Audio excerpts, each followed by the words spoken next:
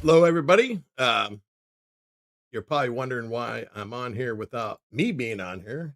Uh, that's just because I just noticed that I wasn't on there. So we're going to rectify that here real quick. See where it's at. If that's going to do it, or if I have to do a.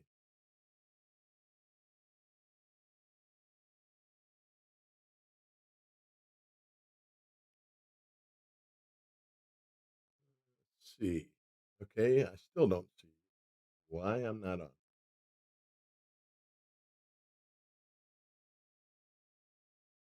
Uh, that is weird.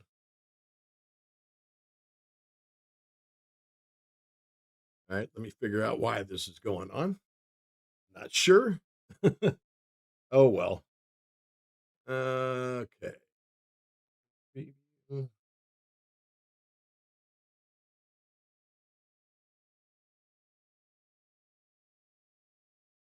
That's not doing it either. Yeah, I don't know why in the hell. This is with, OBS. Every time there's something goofy that it does, and it's just like trying to figure out there I am, trying to figure out what the hell is going on. Anyways, happy, Wednesday, everybody. Hope you're all having a good day so far. I had a stream that I was gonna do today, and I actually Atari was what I ended up deciding last night, late night, actually. 'Cause I was going back and forth on deciding what to do, and I thought, you know what? I'll break my 7800 out and I'll play some Atari games. And then last night, Atari came out with their announcement, which is that go over to that.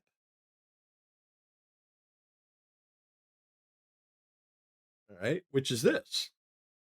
Atari decided to release 39 new games, which is the Activision collection. Now, when all this was going on, there was a couple things I thought was going to go on. I thought one, maybe they would do a plus collection. Meaning, if you know the Atari 2600 and 7800 is part of their plus ecosystem, and it's supposed to be above the regular Atari 2600, 7800. So what I thought was maybe they would make some of the games enhanced for the plus system, which means they would only be played on the plus system. And but the problem with that was uh, that would mean that Atari would have to basically piss off um, all the regular owners of the OG systems. Which I doubt if they would want to do that. But that was just a thought I had. The other thing is I thought that they would release some of their back catalog. Because there's quite a bit of Atari catalog that's not out there. Besides the Activision, there's iMagic, and there's also Atari cartridges there that aren't available. So, well, not available as so that I know of. So I thought, well, it's probably something like that. And and somebody had already tagged along the Activision, which Activision has made collections for other systems. So I thought that was also a possibility that they would do the Activision. And that's what they ended up doing. Now, the thing that gets into it is Atari, called this their biggest release ever. And I guess you'd have to look at it as, is this their biggest release ever? Um, I would think some would argue that their biggest release ever was when they announced the 2600, 7800 plus, blah blah blah. But since then, this probably is their biggest release they've done since then. I don't know if it's the biggest ever. You'd have to get into it's semantics and what your opinion on it. But it's big. It's 39 games that haven't been available for a long time, and they're good games. Um, Now, how many of these games I want, I don't know. I don't, I definitely don't want the $1,000 box set, though I wish I did. I wish I would buy that because it has all 39 games. It'd be nice to have the whole collection in bop. Uh, but I'm not a fan of all Activision games. So, like Hero, I would definitely pick up. I don't have Hero. I have the ROM Hero, but I don't have the actual Hero game. That one's hard to get and it's expensive. So to be able to pick that up is a nice bonus. I'm looking forward to that. I actually looked through my games because I got well over 100 Atari games, physical. I have one Activision that's Enduro. And I was like, what? I don't got any of the pitfalls in it. Well, I have them on ROMs. So, yeah, I get it mixed up with what I have physical and what I have, just ROM wise. ROM wise, I have Pitfall. I have the whole entire Activision collection. Apparently, cartridge, I've only got Enduro. So yeah, so that means there's Pitfall, River Raid, there's a few others I would pick up. So yeah, I'm looking forward to it in that sense. Now, am I going to buy the box sets with the color and that? I think there's one that I might buy, and just because I wouldn't mind having the patches and stuff like that, but I'm not going to buy all the box sets. I'm not going to get the big giant box set. But yeah, the one I wouldn't mind having. I think that's the first one that releases, and I think it has Pitfall and that in there. So that would be cool. Wait a minute. I'm sitting here talking and I forgot to call up chat. Sorry about that. That's my bad. Sitting there. Okay. This because I'm sure some of you have opinions on this, and I don't.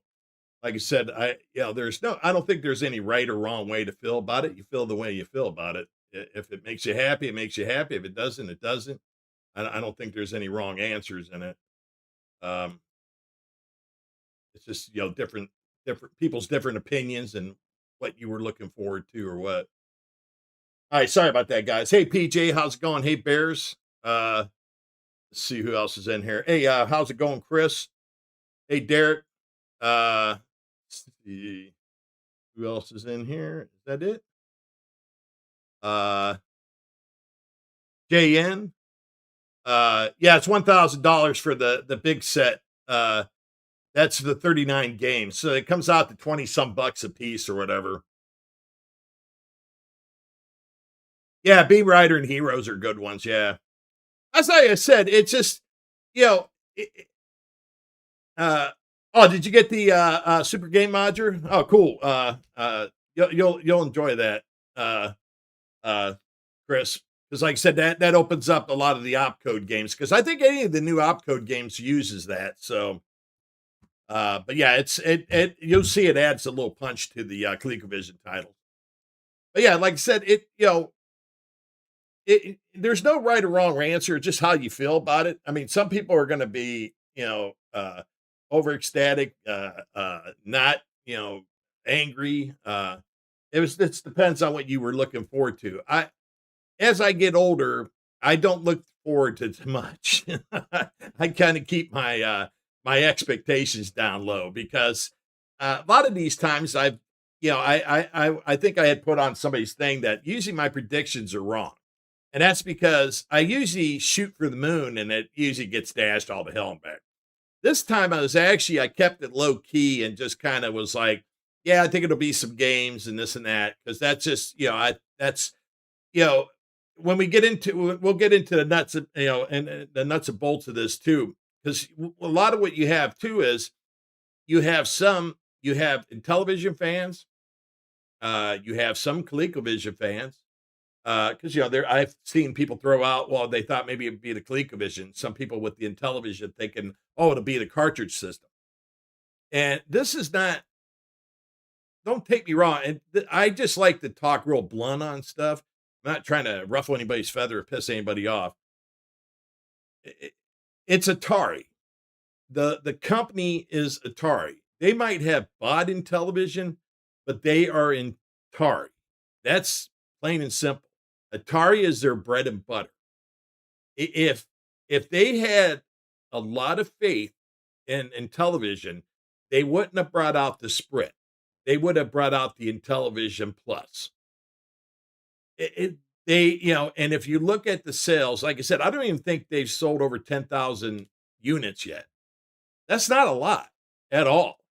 You look at their sales for their Atari, the 2600, the Pac-Man edition, this, that.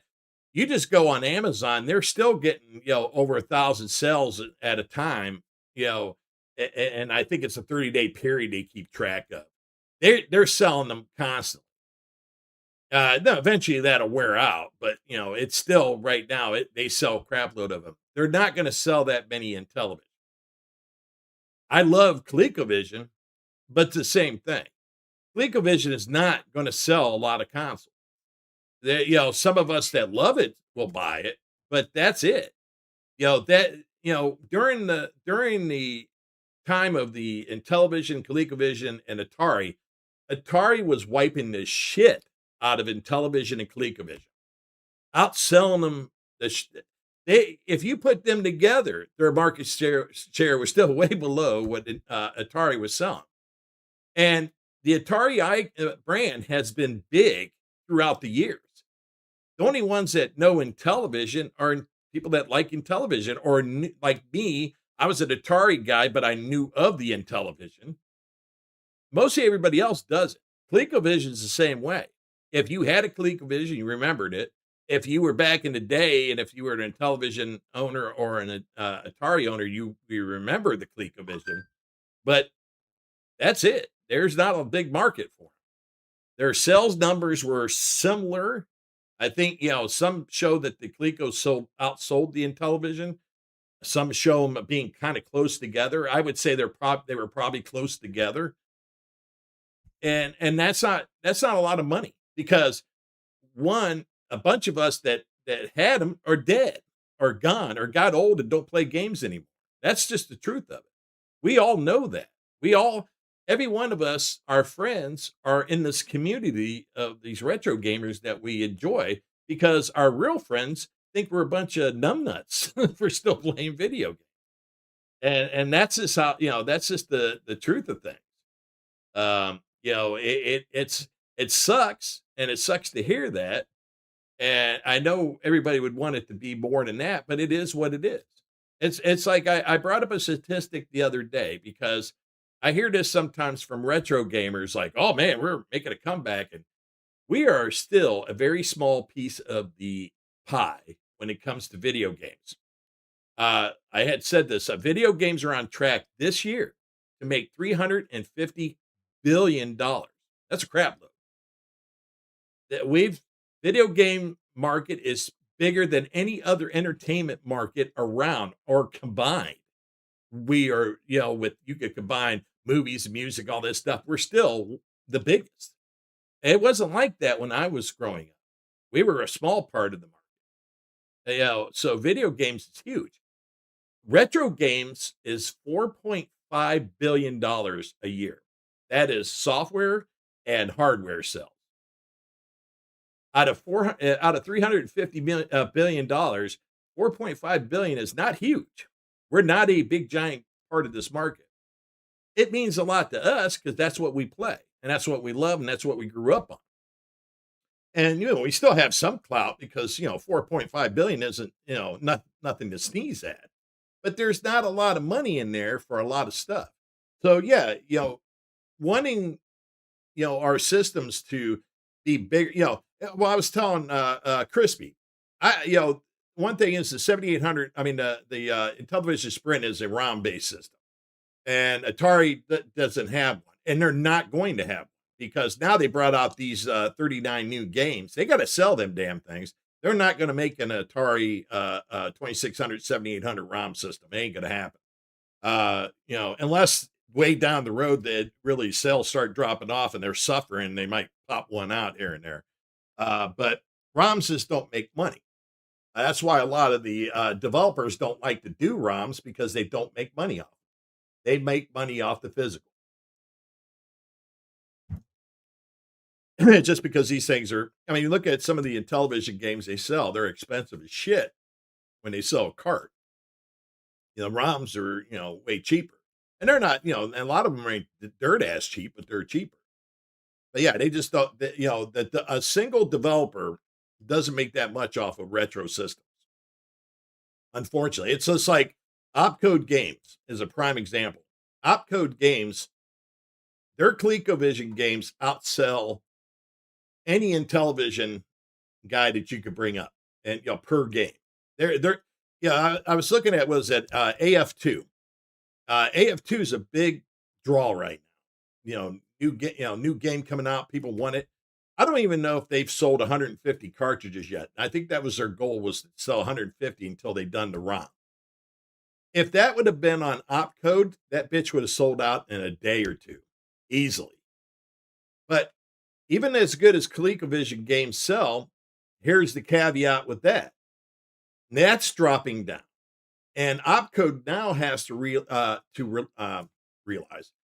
has to count on 7,800 games to make money. So they tried to do Intellivision, wasn't selling hardly any of them. They had to drop them because they couldn't afford to do it. ColecoVision has been selling well, but not enough to support the Ed and his wife. So they had to move up to 7,800 games, which are outselling the ColecoVision games. Why is that? There's a shitload of Atari people. That's why. So, he has to sell 7,800 games if he wants to. He would have had to go back to work. He could have still made the games. He would just had to go back to work. And so that's what it's like for a lot of them developers. They just can't really afford. Some of them have to work regular jobs or what have you. And the ones that do, they're really counting on that cart money to make money for what they're doing. Which, is expected. I mean, there's guys that make games for free because they're bored. That's cool. But, some of these guys, especially when they're making top quality games, you got to pay them. You got to make some money.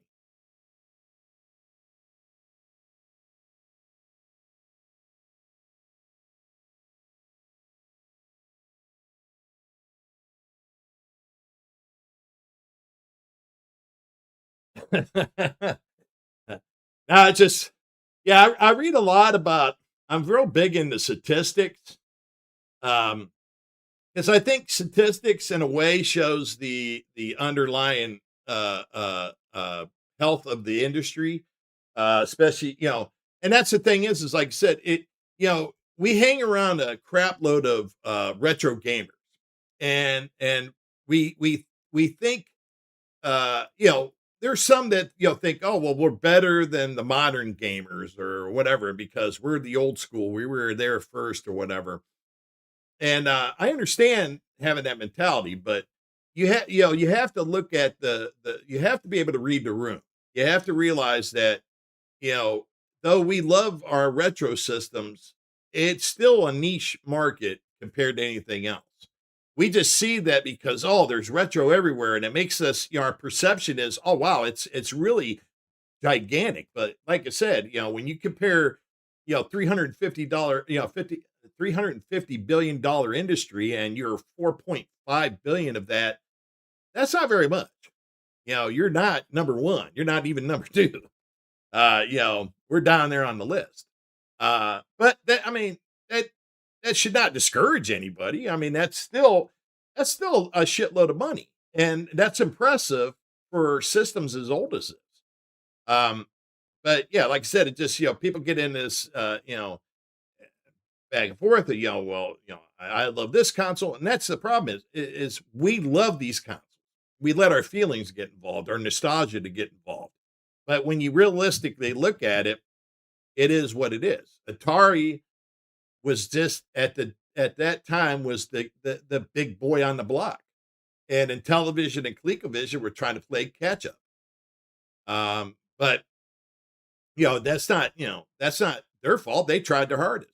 It's just at that time, Atari was releasing arcade games and was selling a shitload. That's when ColecoVision came involved and started selling arcade games. Intellivision had what, a couple arcade games? They weren't really covering that thing. They were more into sports and stuff like that. But the thing with the ColecoVision, what screwed them up is them dumb bastards wanted the Atom computer, and they were trying to spend all their money and trying to develop this stupid ass thing and screwed the whole thing up. And then the big crash happened and fucked everything.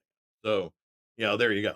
But uh, that's why and Nintendo comes out and says, "Hey, we're making a family entertainment center, center," and everybody's like, "Oh." it was how they were able to get on the shelves because everybody was all worried about video games. So calling it a like a computer entertainment center, center made it able to get shelf space and all this stuff. It was a big thing, Uh, oh, I'd love to see a Lynx. Now, see, that's the thing is too is there was some saying people saying, oh well, maybe they'll do the hey Guitar Geo, how you doing?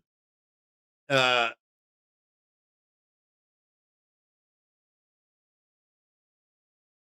there you go, Atari Geo. Yeah, me too. I appreciate Atari what they're doing for retro. I really am. Uh, but yeah, some people are talking about well the Jaguar. I'm gonna put this out here. The Atari Jaguar in its lifetime, I think sold 300,000 units, if that. They're not bringing out man unless they bring out an Atari Jaguar Mini or something like that. Same problem with the 5200, which I think outsold the Jaguar, but there's only so many of them out there too. So there's a problem bringing that. Now they brought like a hybrid system that played Jaguar games and that the Lynx. I think the Lynx did better. I couldn't tell you what the Lynx cells were. I mean, if you had a Lynx, you loved the Lynx. It was a great system. It would be great if they would bring one out, but I don't know if they will. Unless they bring out just a handheld that played Lynx games, uh, and looks similar to a Lynx, I guess. But yeah, I would love that. I would love a 5200. I never owned a 5200. I hated the 5200 joystick. God damn, I hated that thing. But or now I enjoy the 5200 games. They got some great games. And that's what I find out a lot of times by about systems. Even though I might not own them, I play some games. I'm like, man, them some great ass games. They're kind of fun. If you're into retro games. Um, but yeah, the Lynx was one of them. And the thing is the Lynx with the size screen it had, the like graphics looked pretty damn good at the time. At least in my recollection of when I had it. You know what I mean? I think, oh man, the screen looked great at that time. Yeah, that's not when you see it blown up. Yeah, it's not so pretty. You know what I mean? It's made for a smaller screen. It just with the pixels that it had because it was developed for that. I got to try it on my analog pocket. That's one of the systems I haven't tried is I don't know if it does Atari Lynx, but I have to see what it looks like on the analog pocket. I bet you it looks great on that screen.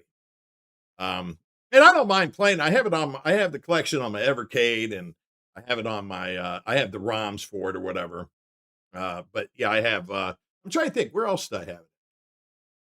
I think I have it on the Switch. I think I have my Lynx games on the Switch, which ain't bad either. But like I said, it at least it's fun for me because I enjoyed a lot of them games. But anyways, yeah, like I said, I was just throwing that out there because yeah, I know everybody has there's varying opinions of it. There's some people that are upset or whatever. Um, I'm you know I, is this Atari's biggest announcement ever? I That's up to you. I mean, I don't know. I think it's okay. I think it's big. I mean, it's 39 freaking games. That's a good size.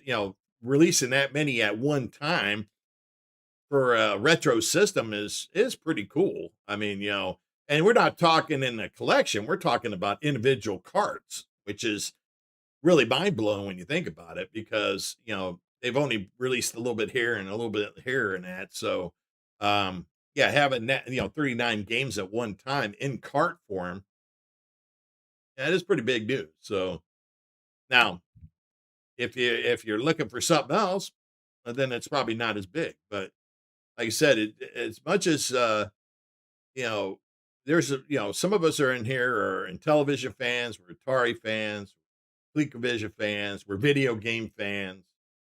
You know, it's on and on. But yeah, I mean, it's just sometimes you just have to get the perspective right on, your when you're viewing this stuff. And like I said, is Atari ever going to have release an Intellivision plus, system with a cartridge? I don't see why they would, but could they do it down the road? Who knows? But like I said, if I'm right and they haven't sold over 10,000 sprints, or even if it crossed the line a little bit or whatever, it's not going to happen. It's not feasible, because who you're going to try to get to buy Intellivision cartridges, but Intellivision fans. And I don't think there's enough of them out there to supply that ecosystem. The thing about Atari is Atari has kept their name alive for years. Atari's always been out there.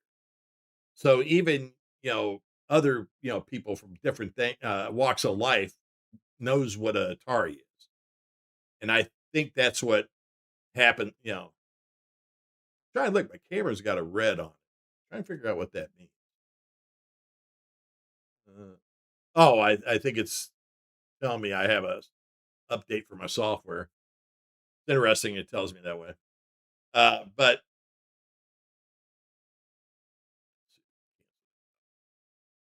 alrighty. Why did my camera bounce? Oh, it's jumping around. Oh shit, it's out of control. Let me let me get that camera up. All right. Okay, now it's back. That's what it was. I think it was just the software. Okay. But yeah, like I said, it just yeah, you have to keep your expectations in check. Like I said, for us Vision fans, us television fans, we got to be realistic about it. They're just not there is a demand in the retro community, but overall it's not huge when you look at market share and what have you.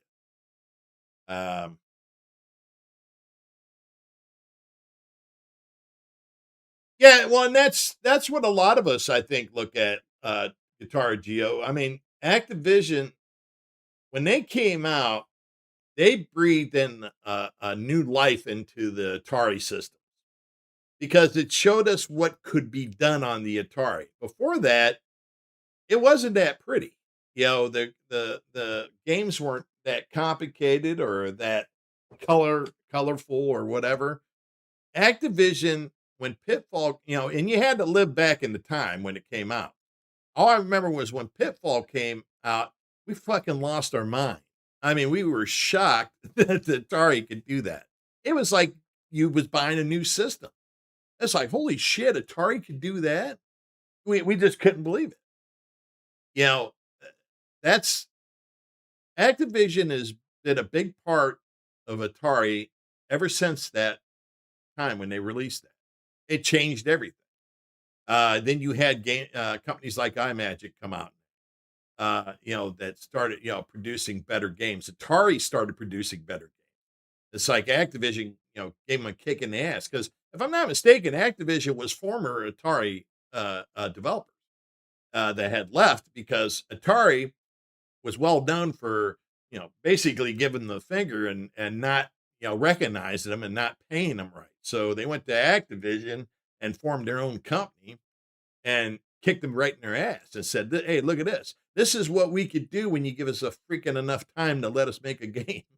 Is basically what it was, because at that time Atari was famous for not giving their developers enough, their programmers enough time to develop a game.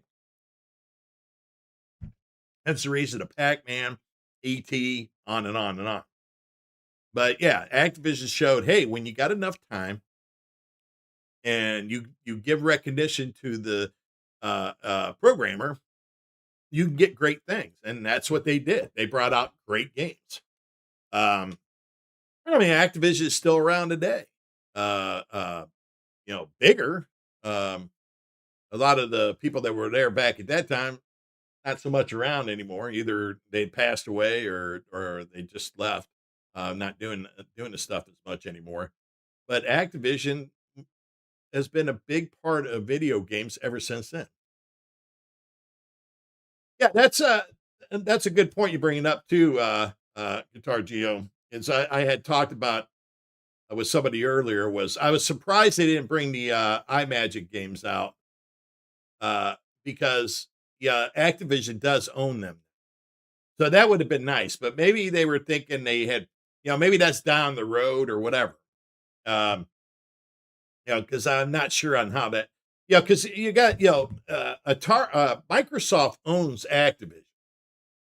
So them and but like I said, Atari has been releasing, Microsoft has been releasing Activision games or letting them license it, I should say, for other, like it's been on the Evercade, blah blah blah. So there's been other. So this isn't, any different. It's just that our Atari must have got a license for it to release these cards. Um, and maybe during that, maybe it was just the Activision games, or maybe they did talk about iMagic and that a release later on. Because you got to figure this will cover up for a good year or two. So maybe after this, then the iMagic games come out, which would make sense financially. Plus, it also, I mean, who knows what newer games they're working on? Because you gotta look at Atari on games. Their studio's been mostly paying attention to newer games, redoing them, what have you.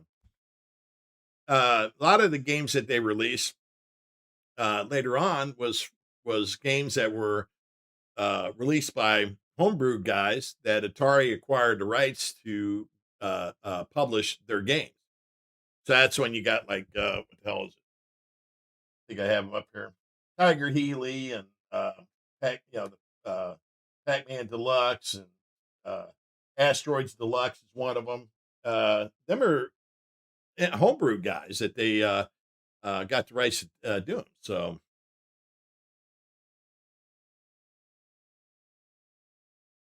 yeah, that's what I mean. Yeah, so Evercade has them. So yeah, it just makes sense that Atari went and talked to them and got the rights to be able to put the games out there, which is that's a good deal. But yeah, anyways, I like I said, I wanted to kind of touch on that. Um, I don't, like I said, that my opinion is this is big news. I don't know if it's their biggest news ever, but it's pretty big. I'm happy about it. There's quite a few games I like to be able to pick up out of this, so that makes me happy. Because like I told you, when I looked through my games, I was shocked to find out this is it. This this is the only one I have is Enduro. I thought I owned more than that, but I have ROMs of them, but I only own Enduro. So when I was out trying to get my collection back in order, uh, this is it. This is what I found. I don't even have Pitfall, for Christ's sake.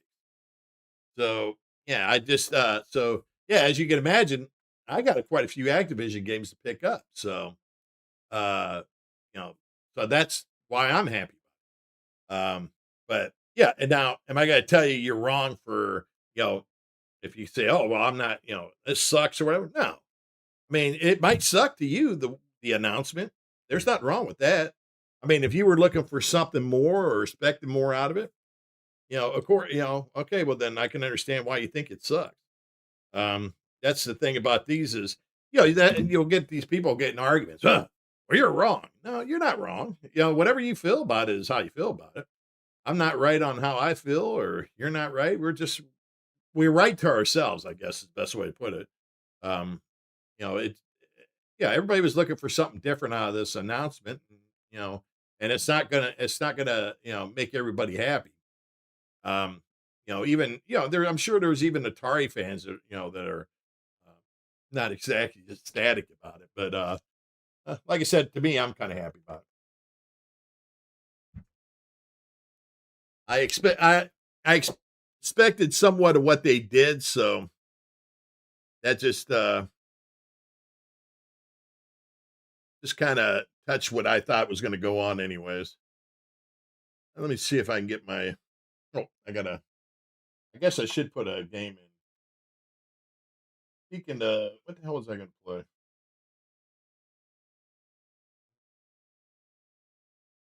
Oh, I was gonna play, Tiger Healy, so I was gonna start off with. I play a mixture of 7,800 and 2,600 games. Like I said, I'm using my uh 7,800 plus system. I have a 2,600 and a plus and a 7,800 plus. And though I like the 2,600 because it reminds me of the system that I had. I never owned a 7,800 system, but I actually like the look of the 7,800. Plus, it does have a pause button, which is kind of cool. So, right, let's go to this capture. No,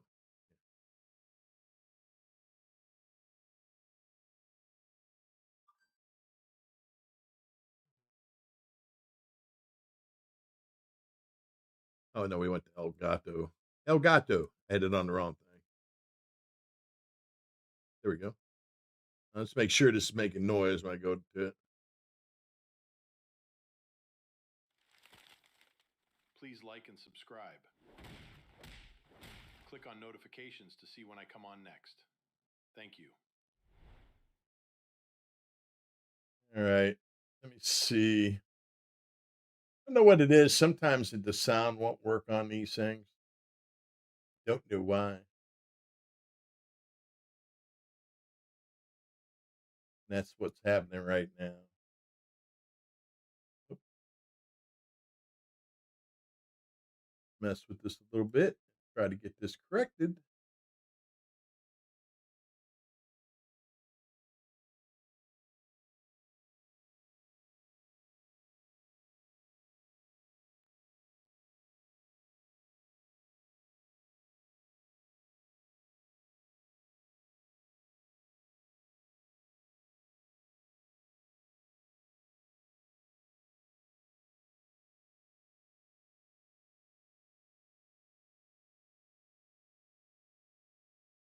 All right. Did that straighten it out? No, it sure didn't. Okay, let's look where the El Gato is. The only problem with this is whenever I do this, another way to capture it, try to do it right here. But it seems like I get in a fight with this all right. Hold on. I know what I'm gonna have to do. I'm gonna have to do it the old way. Hold on a second. Let me no,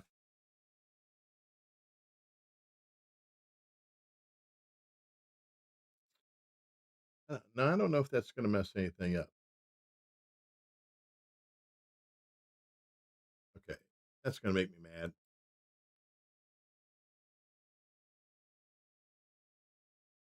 All righty.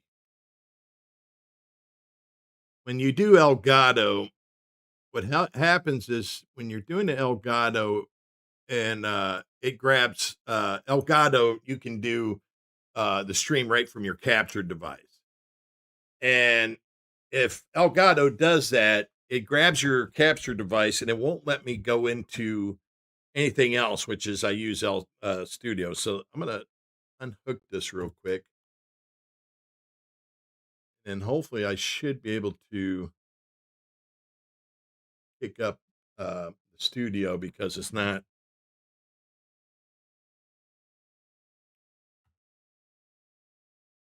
If that works out.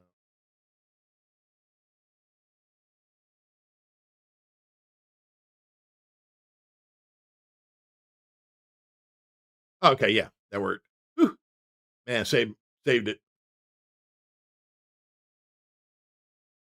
Okay, man. As I said, it's just a pain in the ass because it's just gets into a struggle with dealing with the OBS and Elgato Studio. How's that?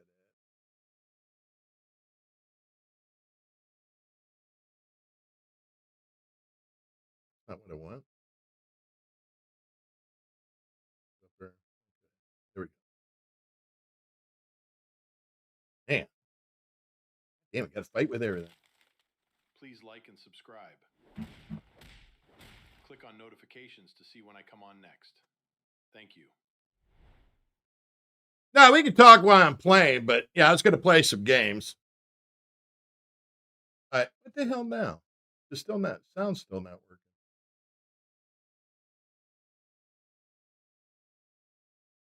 What the hell? Oh, wait a minute.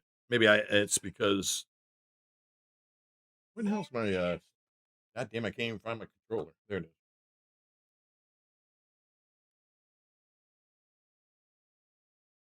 Before I jump the gun, let's see if this doesn't have any sound.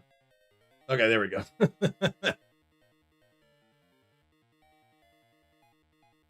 This is a great game. I love this Tiger Healy.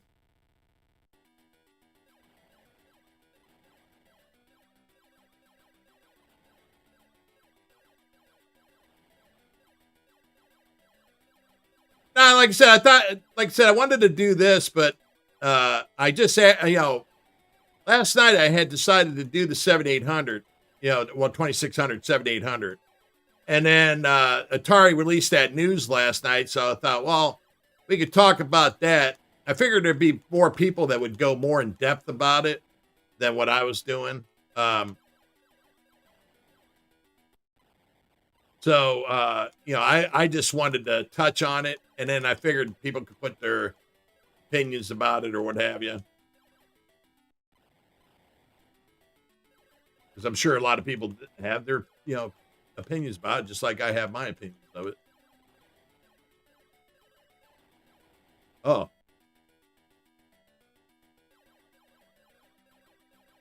You have to really watch these or when they get down below you, because if they shoot off the side, if you try to go down too low, they'll mess you up.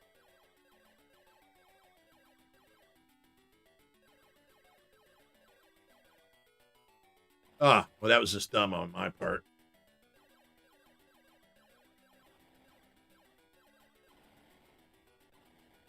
That was dumb on my part there.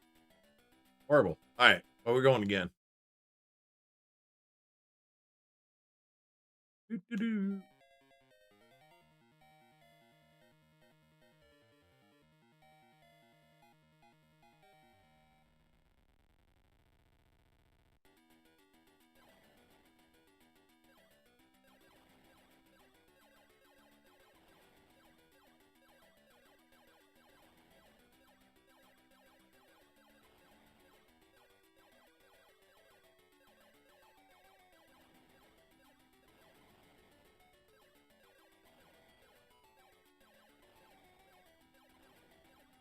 Yeah, the only problem I run into with any shooter is I suck. So don't expect amazing gameplay.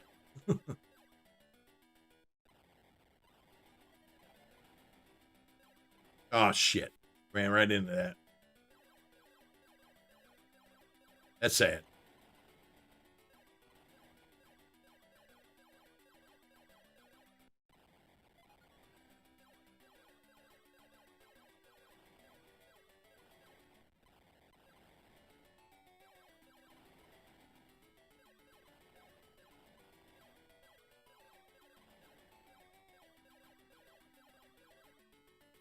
Oh man, I was gonna go in there and drop a bomb.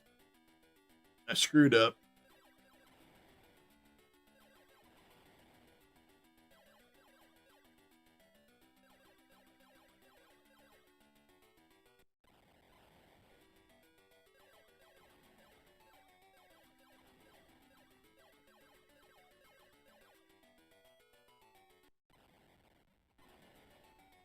Bad timing on that.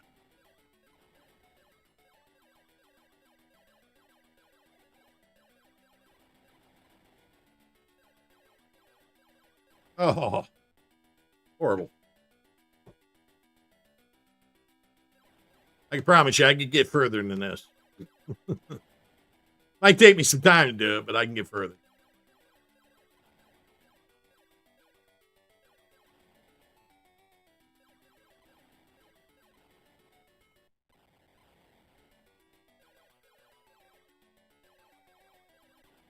Man, there's some side bullets to get me every freaking time. All right, this game is worth playing one more time.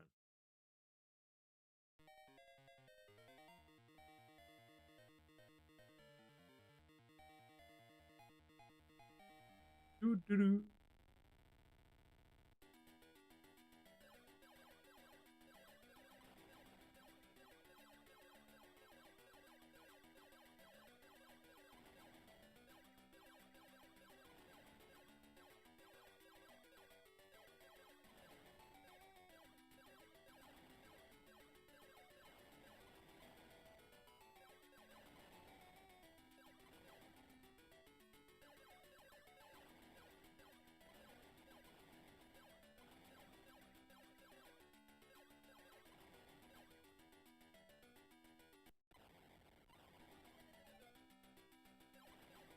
Ah,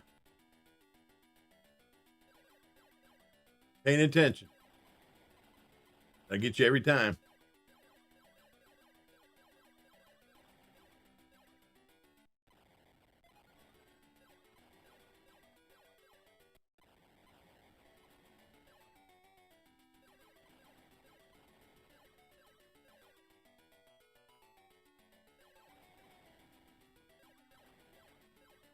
Try to stay away from these dumb nuts. Ah, put myself in a bad position there.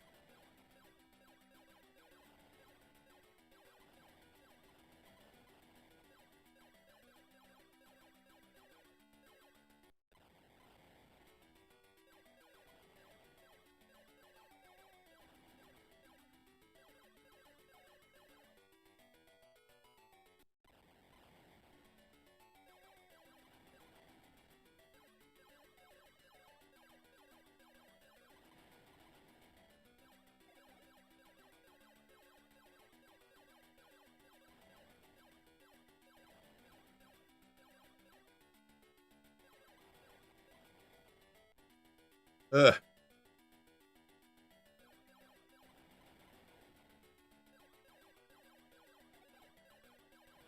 This game is not easy, but it's fun as hell, though. Good game.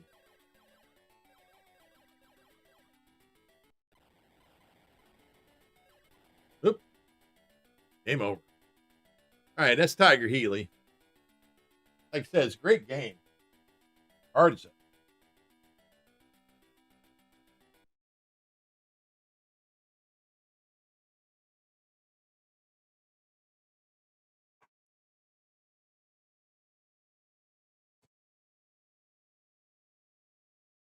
This is Pac-Man Deluxe.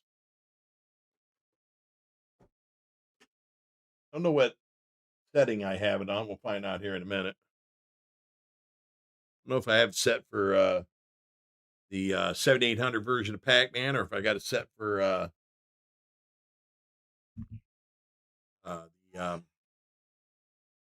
the 7800 version or the 2600 version. Uh,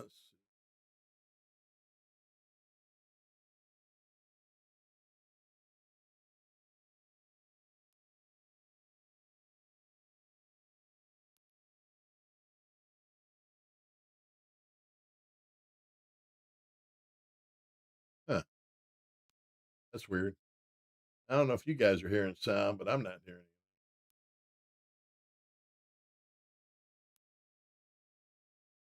Huh. Okay, let me do that again. Reset the console.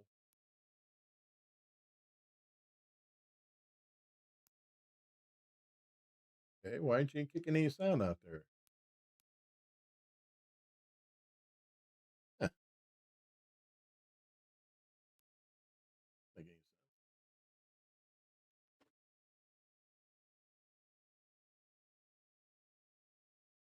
Seems to be a day of issues.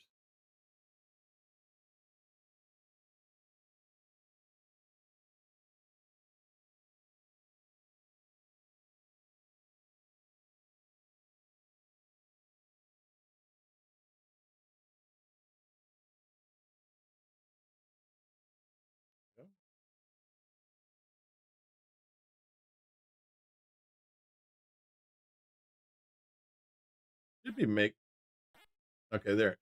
All of a sudden the sound comes on. I don't. Yeah, I don't understand that. Jeez.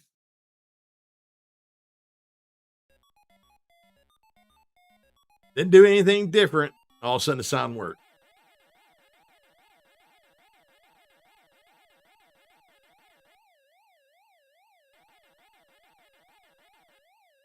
That's the one thing with streaming live. It's just, yeah, normally if you do a video, you can go back and fix the shit. If you're doing it live, you just got to kind of deal with it. And man, it could be a pain in the ass. And it's not, and it's not in the sense that it's a pain in the ass directly for me. It's just that you got people watching it. And you don't want to, hold them up and cause them not to, waste their, cause them to waste their time. So,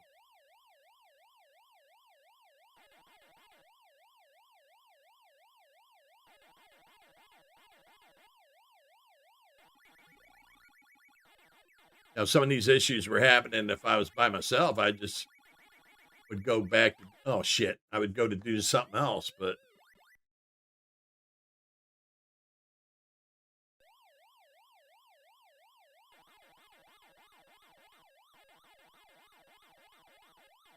oh, that's me. I'm using a 7800 controller, and sometimes I'm not the most it doesn't move the way I want to, and I don't think it's the controller, it's me. I have a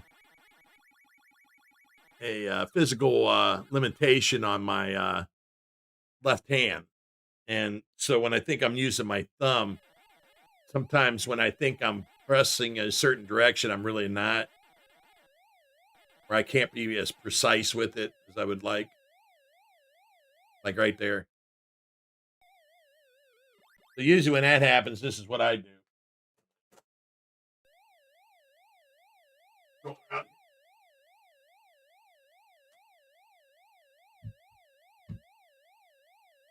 I use this a lot for two button games, but being that right now I'm not playing a two button game.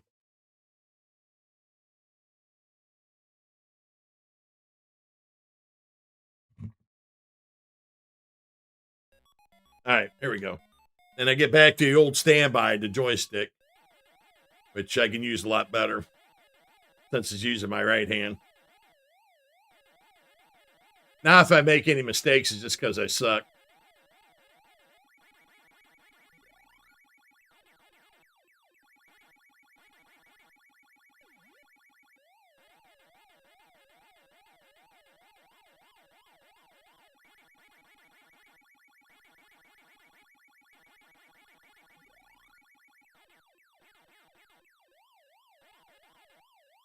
Oh, oh no, shit. Oh, goddamn Pinky caught me.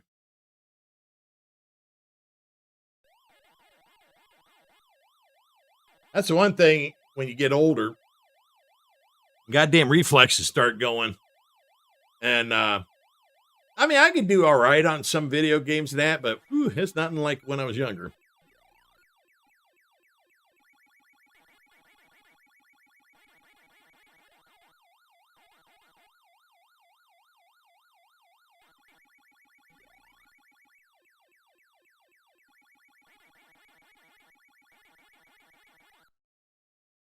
I think people learn that the most are people that have kids and they play their kids and their kids whoop the shit out of them in a game and they realize how quicker their reflexes are.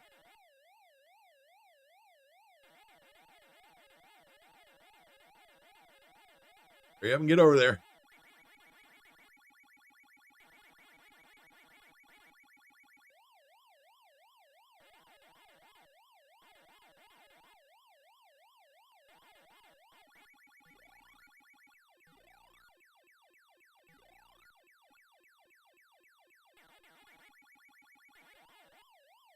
Oh, no. Meant to go side, I mean to go up. I mean down.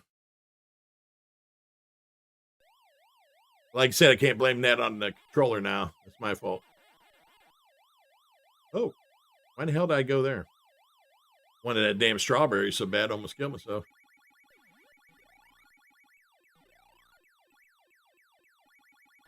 I got greedy.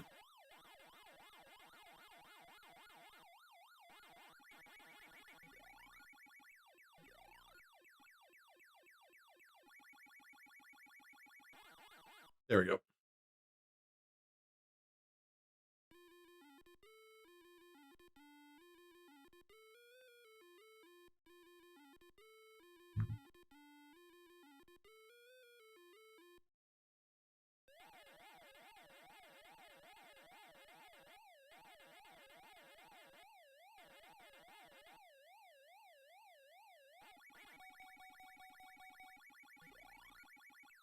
We got an extra man. Oh shit. Oh shit. Oh shit.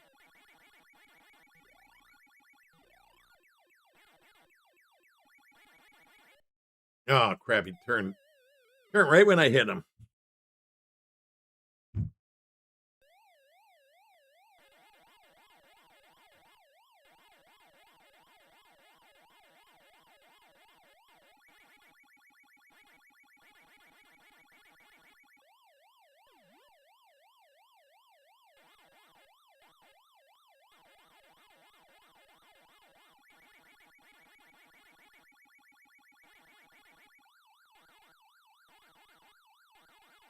There we go.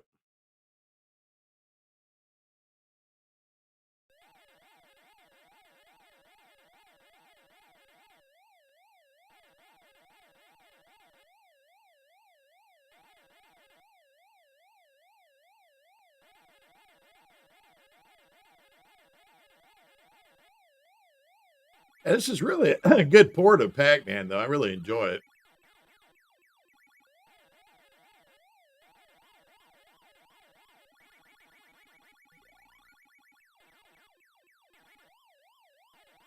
Like I said, if I'm not mistaken, this was a homebrew that Atari got the rights to publish. They probably did that right after they made that deal with Namco.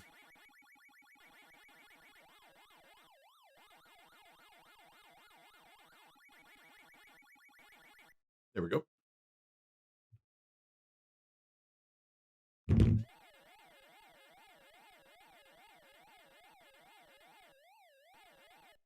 Ah, it was terrible.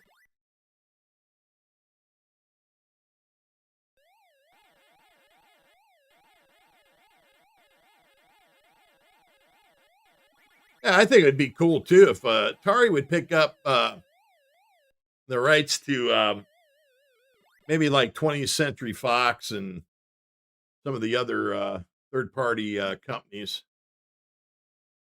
Start bringing a lot of them back as well. Parker Brothers. The only thing is I don't know how complicated that gets because Parker Brothers brought out some arcade games. So you would have to acquire the rights to the arcade game and the rights from Parker Brothers. If yeah, does Parker Brothers? Yeah, they still exist. They still make board games.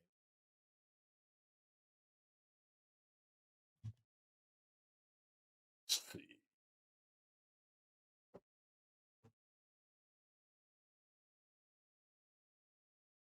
Can't go without playing one of my favorite 2600 games.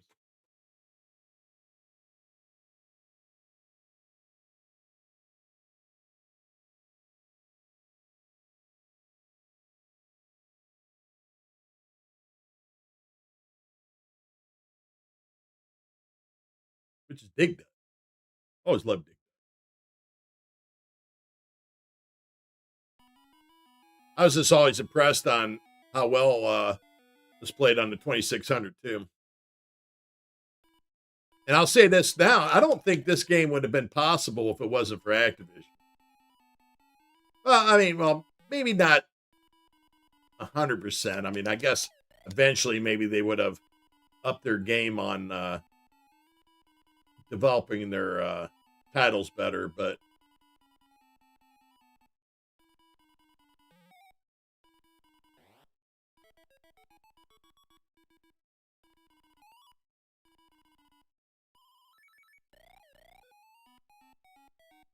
I truly believe until Activision pushed them.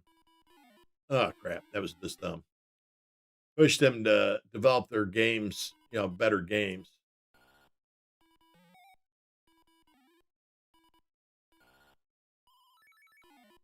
Oh, that was a dumb place to stay. I have to, I have to play another game. Not doing good. I can usually do pretty good on Dig Dug.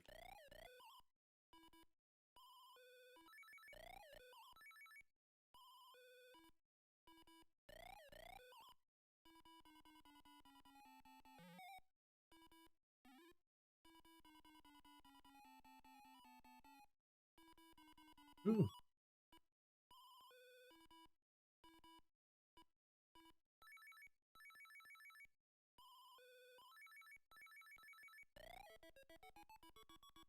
Come on, gas up there.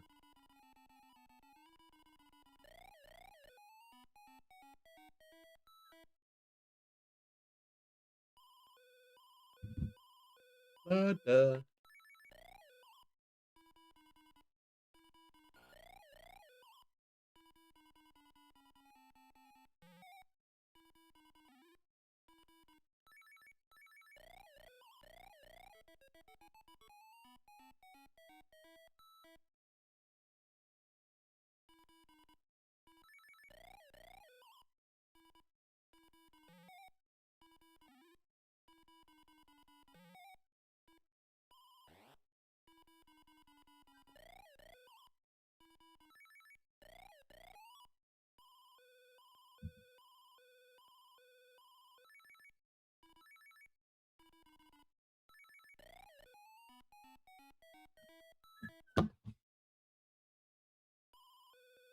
Keep getting alerts on my phone. Checking them real quick. Gotta have a friend that's not doing all that great. Always wonder if it's a note about them. Oh damn! Pushed a bunch of them.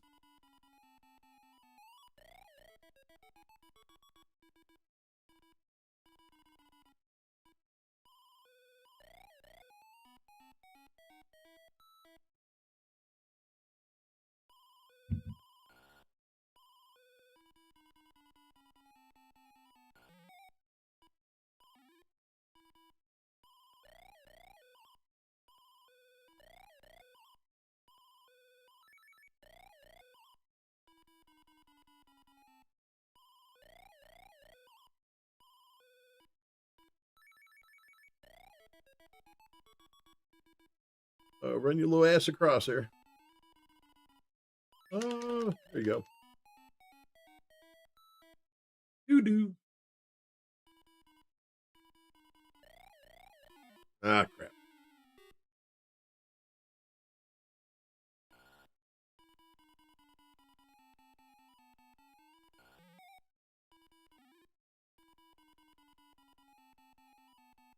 Better get going. Huh. They're hawking after me. Ah, crap. Put myself in a bad spot.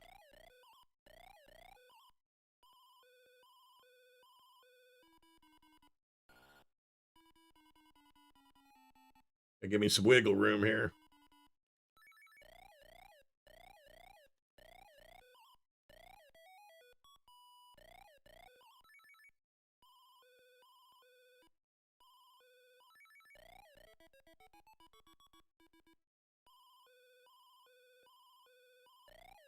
There we go.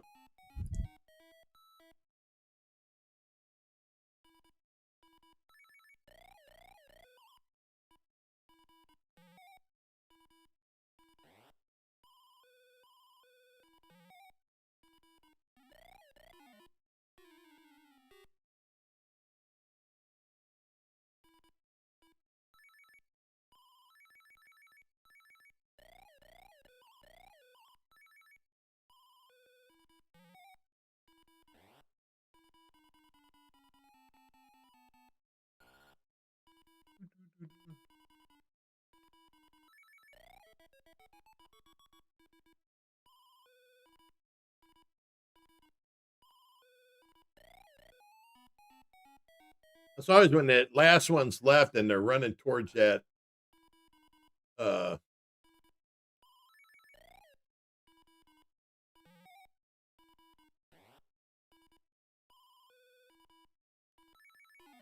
oh, I was trying to be sneaky, but didn't work out too well.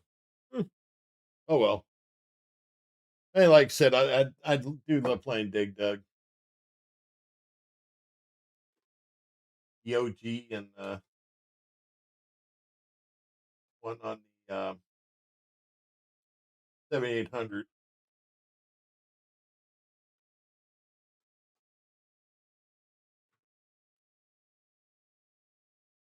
Also like this the 2600 version of Centipede.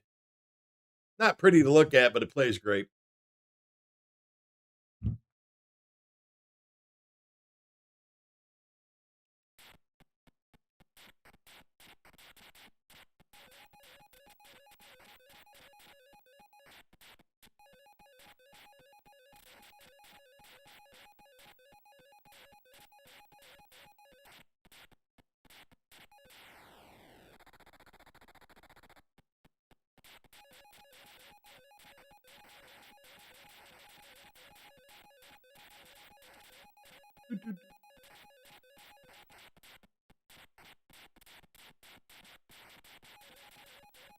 That's the thing too is I mean in the arcade you had a roller trackball, but works really good with the stick on this one too. I used to have the 2600 rollerball, but I don't trackball, but I don't have it anymore.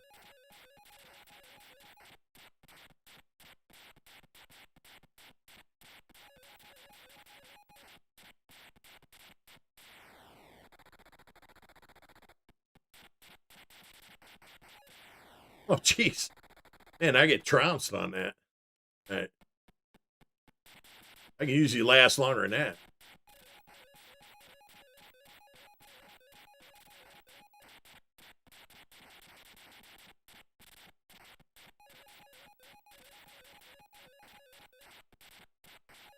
I know in the arcade, I used to hate that goddamn spider, man, because this spider was a pain in the ass.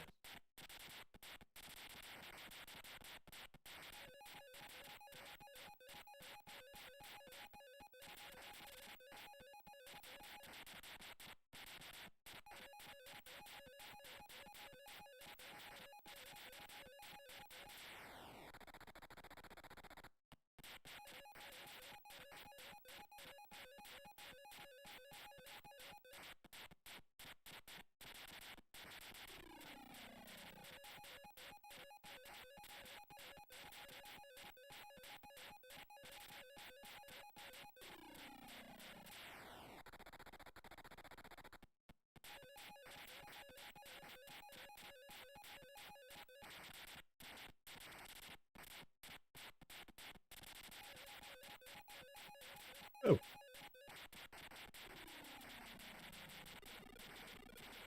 Oh god, I hate that damn. He screws everything up.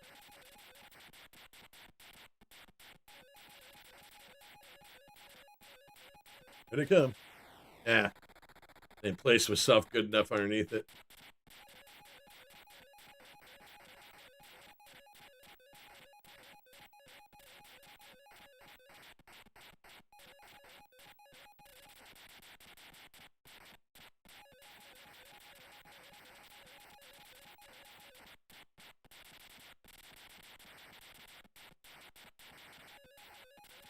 Wanted to get this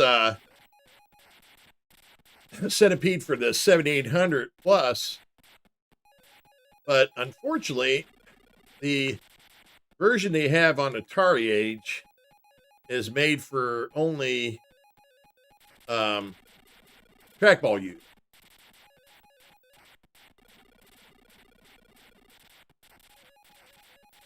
Which I thought was an odd choice. I don't know how many people have the trackball still. Because basically, the 7800 trackball was the 2600 trackball.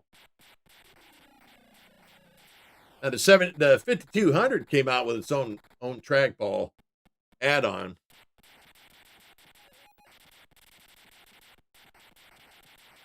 But you made the system even bigger than it originally was.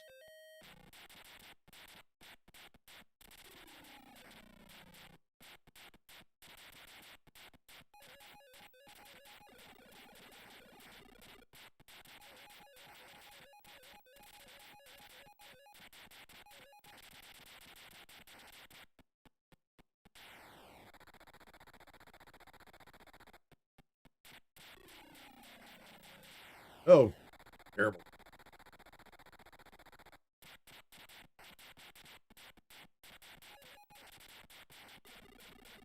Oh, damn it. I meant that. Got to get over here and shoot him because that's the difference too on this one. If you shoot him, it'll stop him from leaving any of them poison mushrooms. On the arcade version, even if you shoot him, you know, whatever ones he touched before that would go poison. It didn't matter.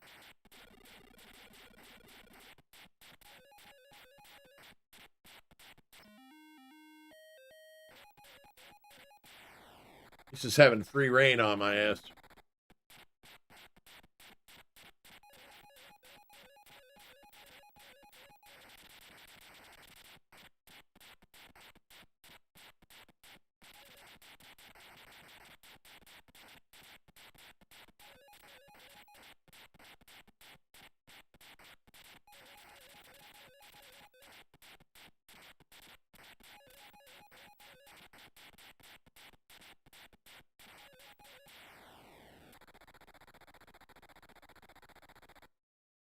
All right.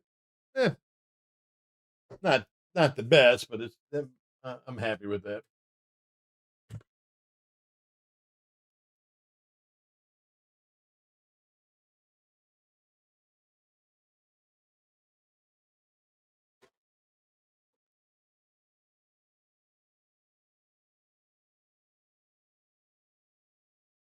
I'm trying to remember playing Popeye. Is that a 2-button game? I think so. It is. I'm gonna have to do something besides the. No, wait a minute. It might be on you prematurely.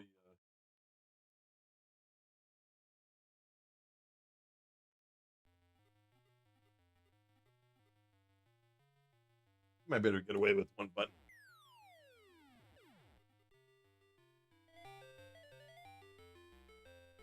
This is a great conversion. This is Opcode's version of the 7800 Popeye with certain enhancements to it.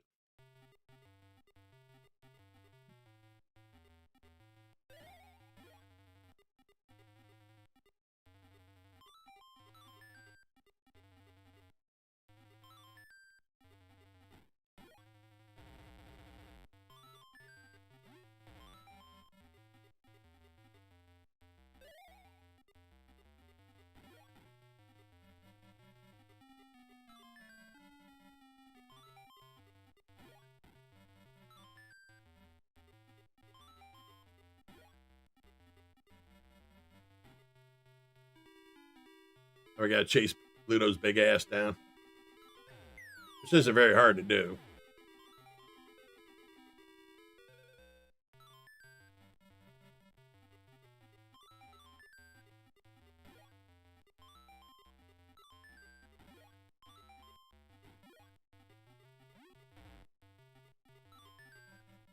Just got to stay alive. We're almost to the end.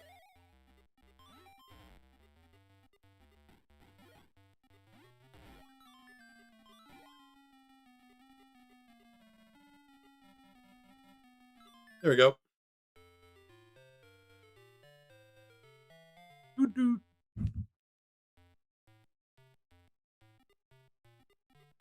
Oh, shit. Too close. I was trying to be sneaky, but Ludo's a little quicker than I was. There we go.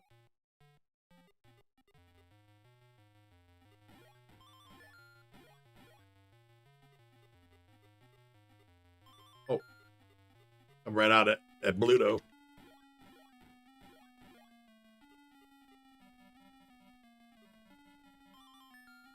it's a little harder to get the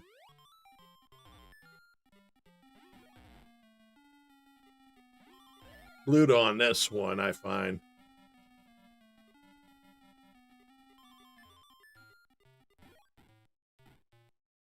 Oh, nope. Oh, shit. And then the bottle came. Damn it. That was my fault. Wasn't paying attention.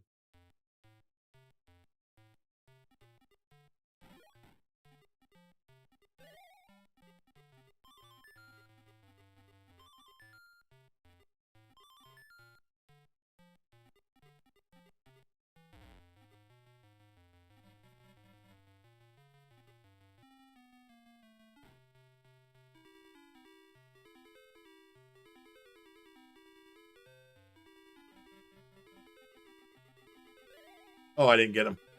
Damn it. I was trying to be sneaky, but it wasn't sneaky enough for Bluto.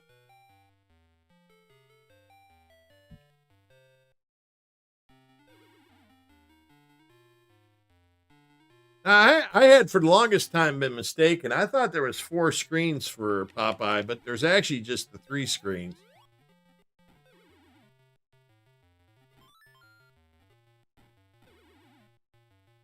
All the time, I just thought I wasn't lucky enough to get to the 4th screen, but I heard there never was one.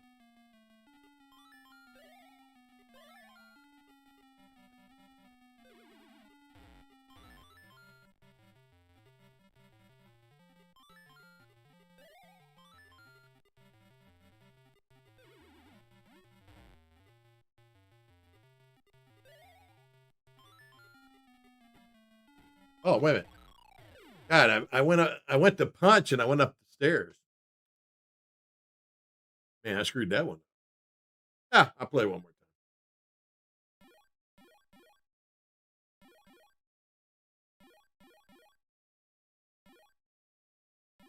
I don't know why I put my name in it. As you can see, it doesn't really matter because it doesn't retain your high score.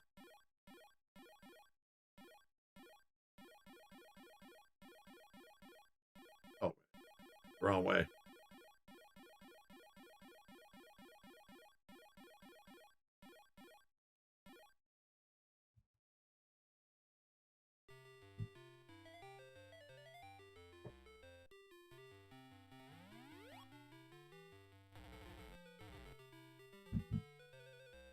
Where I played this most used to be the arcade. I used to play this all the time. I think we got this. We used to, down by our high school, we had a 7-Eleven. And that's where we used to play games a lot because they would get systems in. And that's where I used to play Donkey Kong a lot. And then after Donkey Kong, I think we got Popeye. Oh.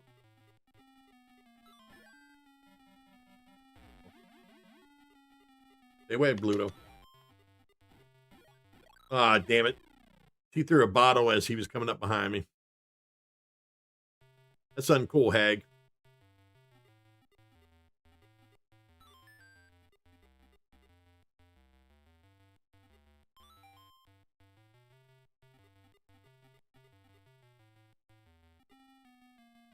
Timing's bad. Oh, that was bad.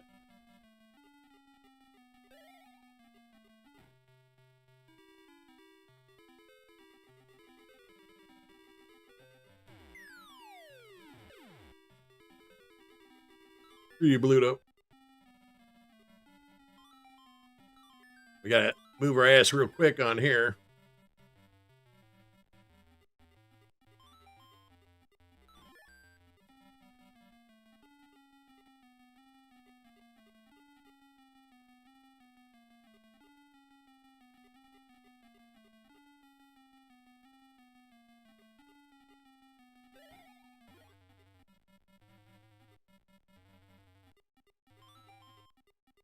There we go.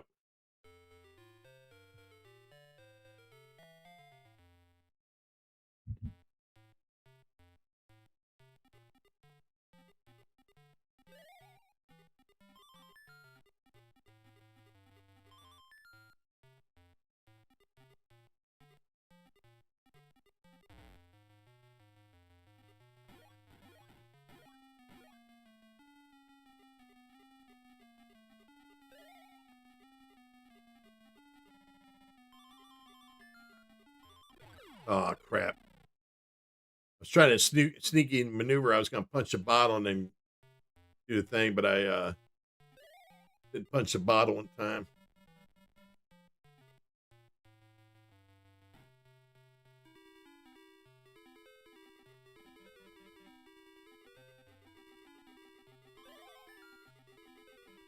There. Damn, I don't get him very often on this one because he's a little pain in the ass. Oh, had a bottle head right to me and didn't even get it. Game over. Great game, though. Love Popeye.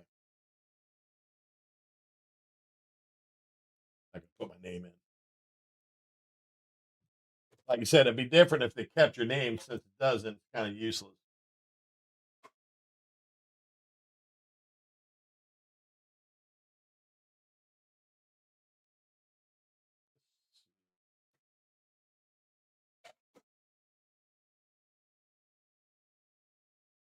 Little food fight's always fun.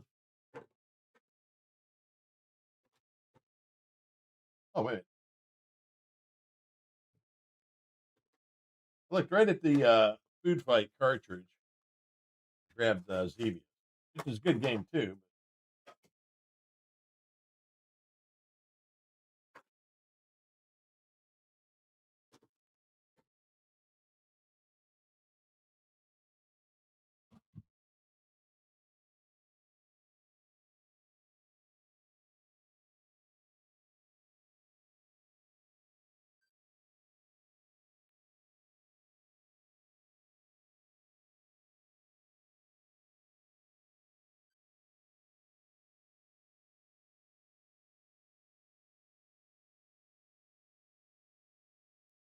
All right. Sorry about that. That was a message about my friend.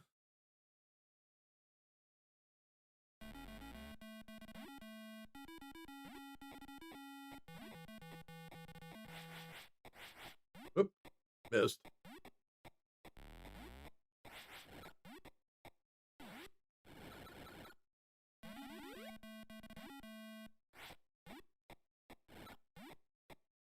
Oh. Damn it. I was just dumb.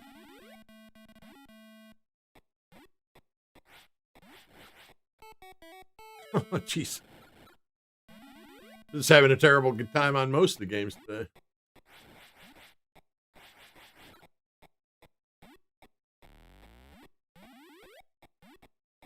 Watch that guy because he's going to put a hit on me.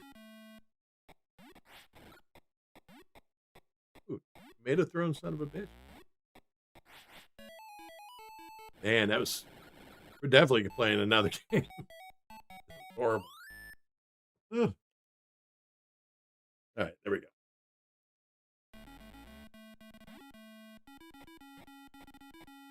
Redemption.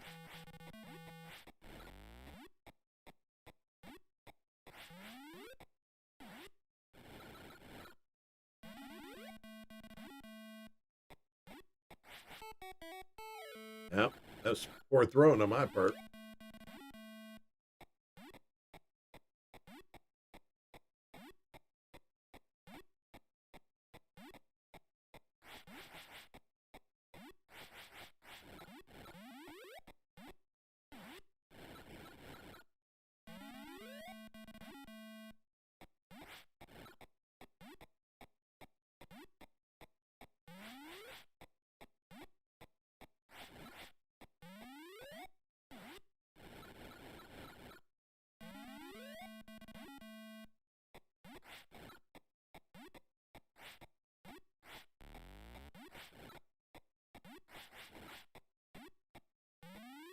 Oh, I ran right into him. I could have stayed behind. I'd have been fine. I got pushy.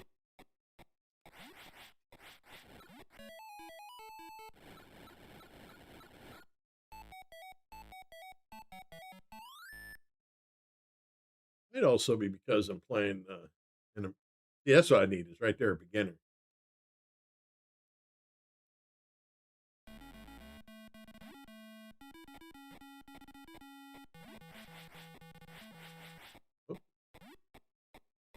Still need to get better at my aim.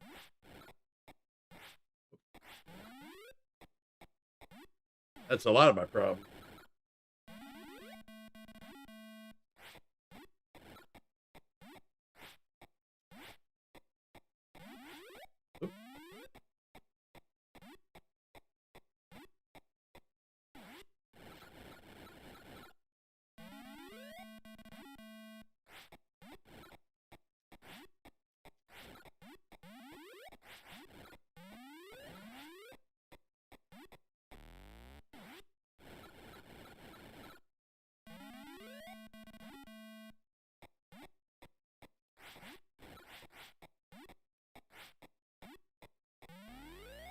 Uh-oh. Ah.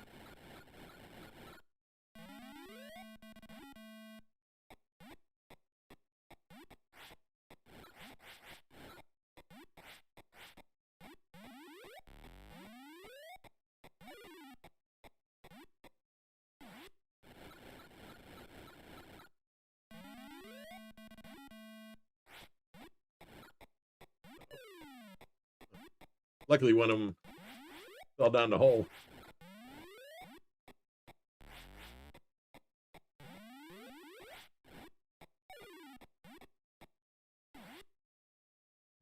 Give me a little breathing room.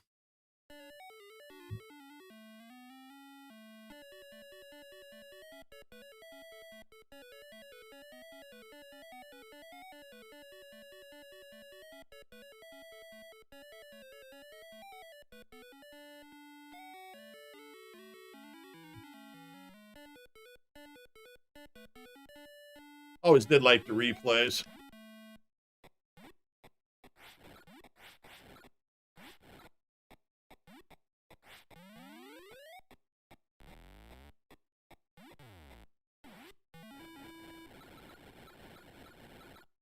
Nice.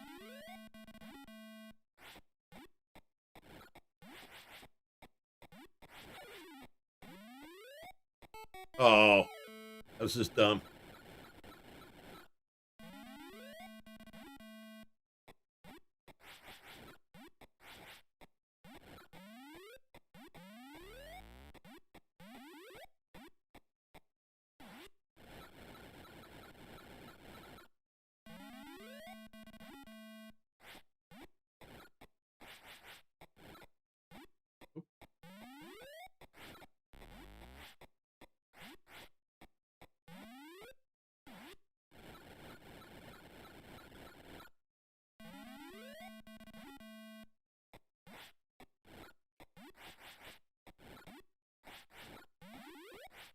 Uh-oh. All right. Whew.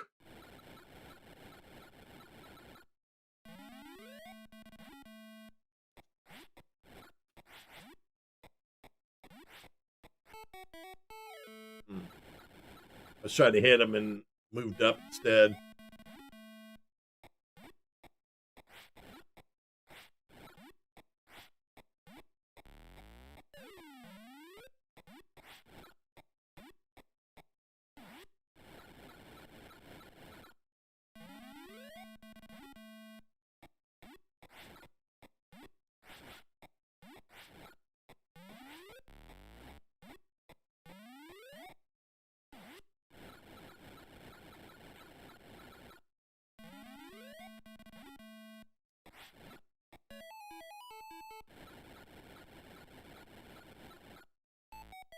I'll take that.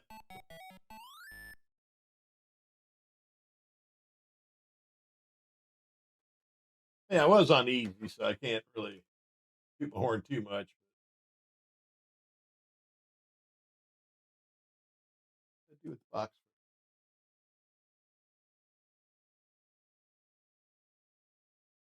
Oh, there it is.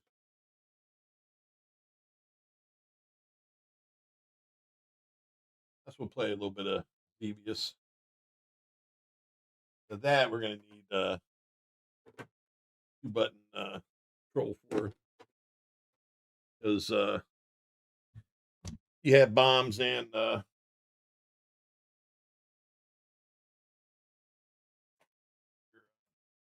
lasers, whatever the hell's shooting out there.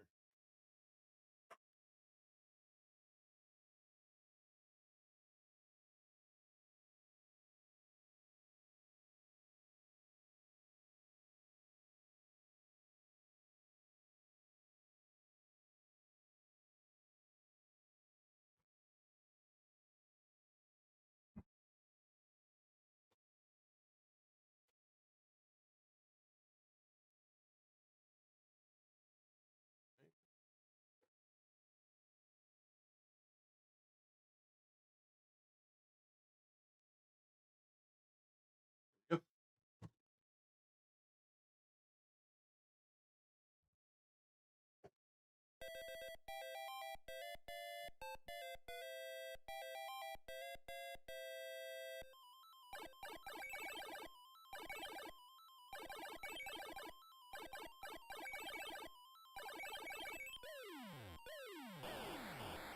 And I got my shits. I got shot doing that.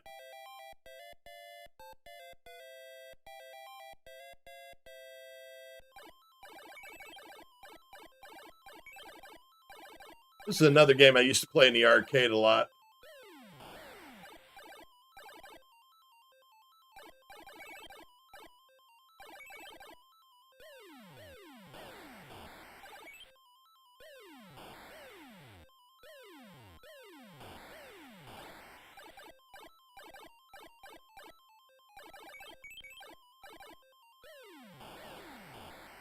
Damn.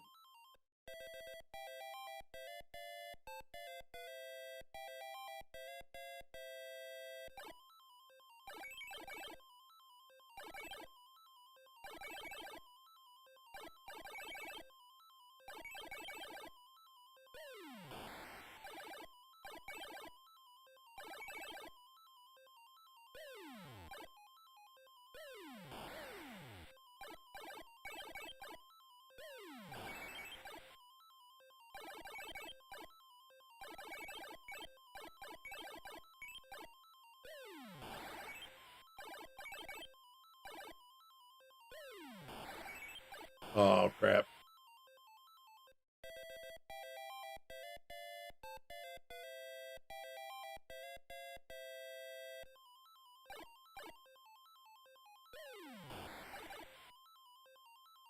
Ugh.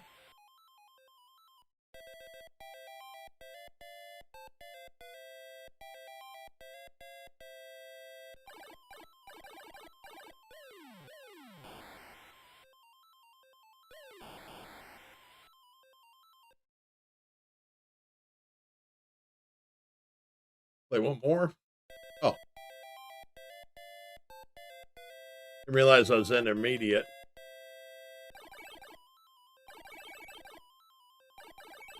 Which isn't a bad thing. It's just a little more difficult than easy.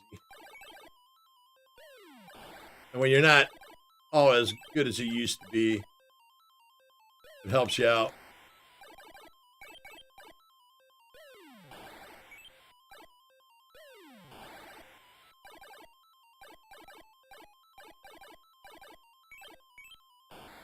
Right into it.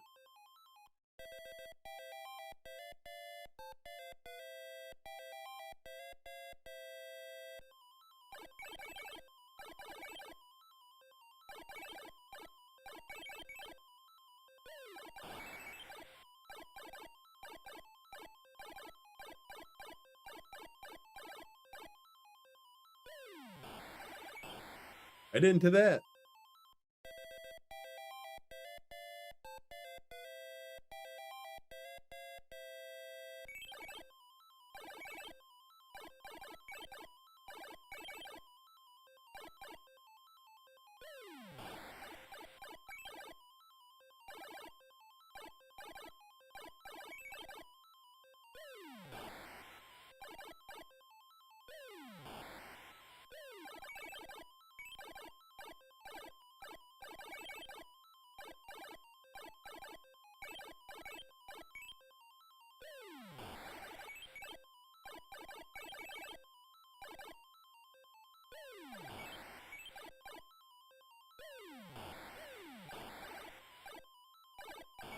Yeah.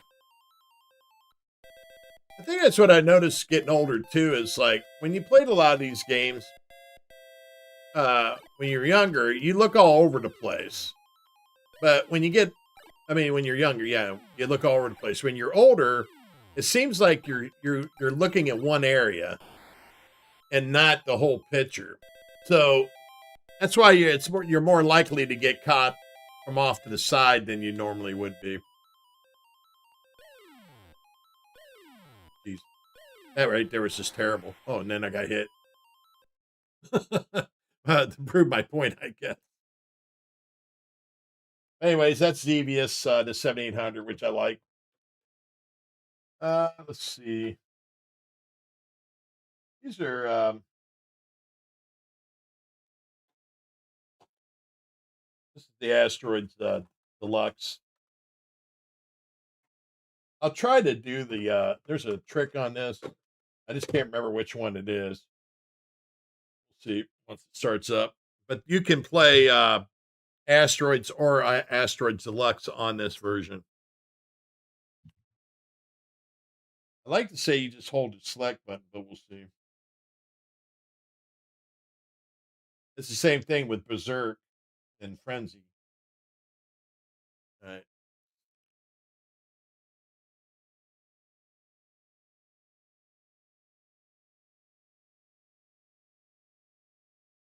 That doesn't seem to be changing anything. Maybe it has to be select the reset.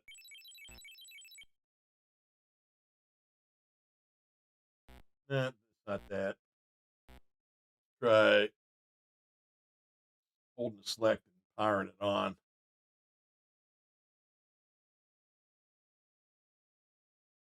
I probably should write these things down, then I would know them offhand instead of trying to guess what the hell they were.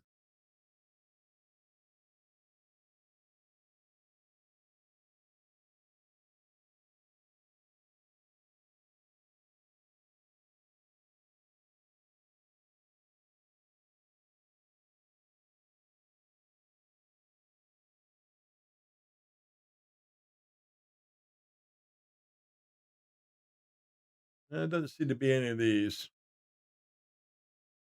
Oh well. I'm sure if you go look on the internet, it'll have what it is. But like I said, it's what version is this? Pause. It's this Asteroids Deluxe from Atari. But like I said, if there's a trick on it where you can play the regular Asteroids and Asteroid Deluxe, and a similar thing with the Frenzy from Atari, the newer version. If you play Frenzy and do the trick, you can play Berserk. So that way you don't have to buy both carts. You can just buy one or the other. I mean, it's actually cool that Atari kept it in there.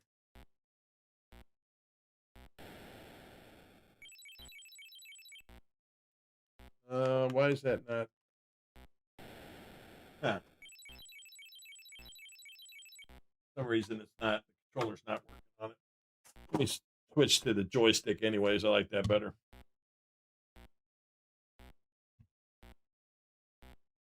Doo, doo.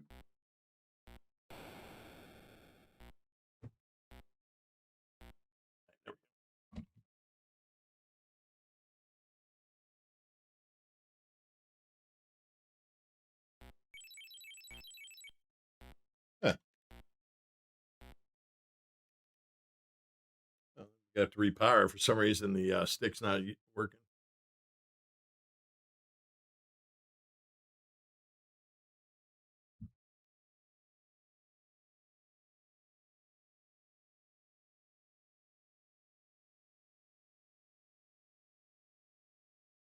Oh, I'm sitting there waiting.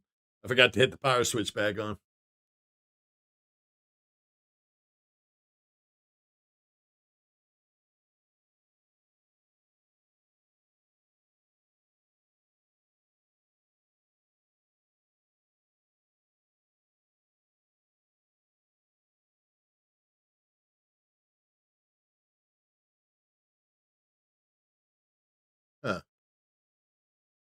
the hell telling me my what if it says my audio bit rate is wrong?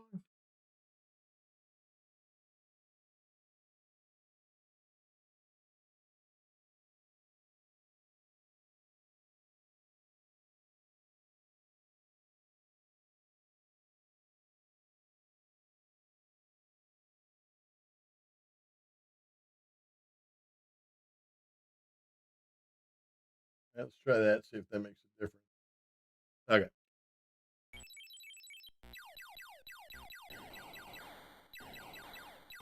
Only thing, using a joystick takes away the ability to use the.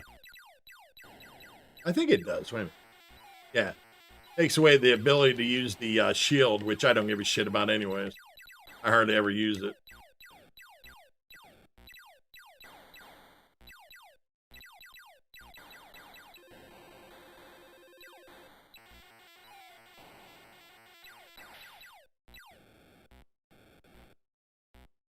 Only thing that sucks on this version is using the engines, man, makes you fly around like crazy. Not as precise as in the arcade. Or the original Asteroids, too.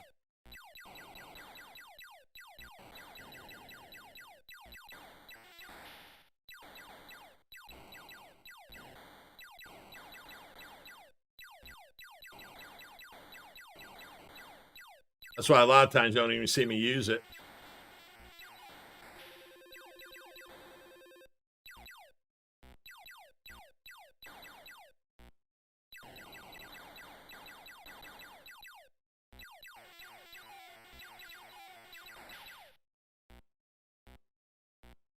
Yeah, normally during this stream, I'd tell you to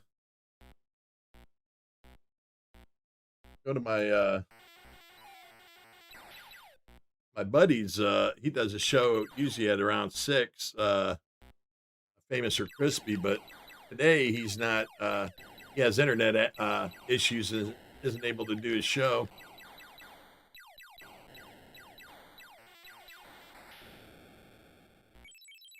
Oh man, they put me in a bad spot there.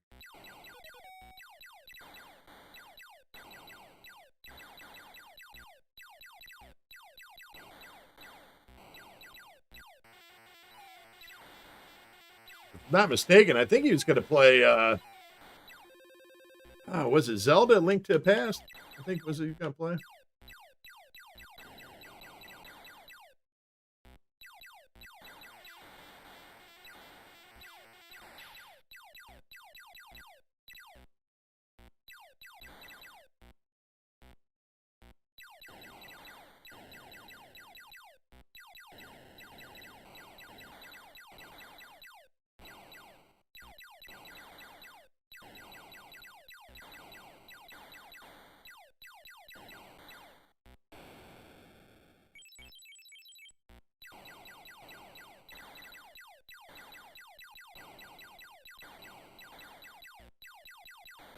Oh, man, that was terrible.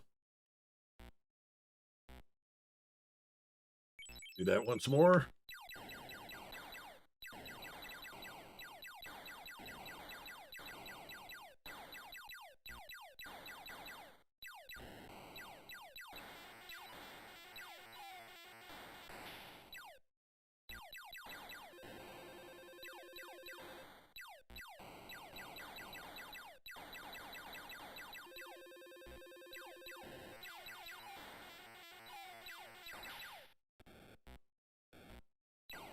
Oh shit.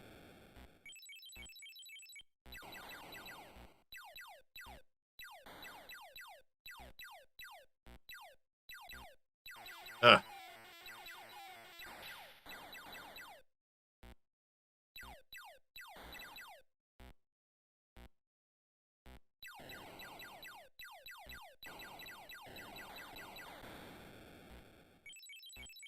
Oh no. That came quick.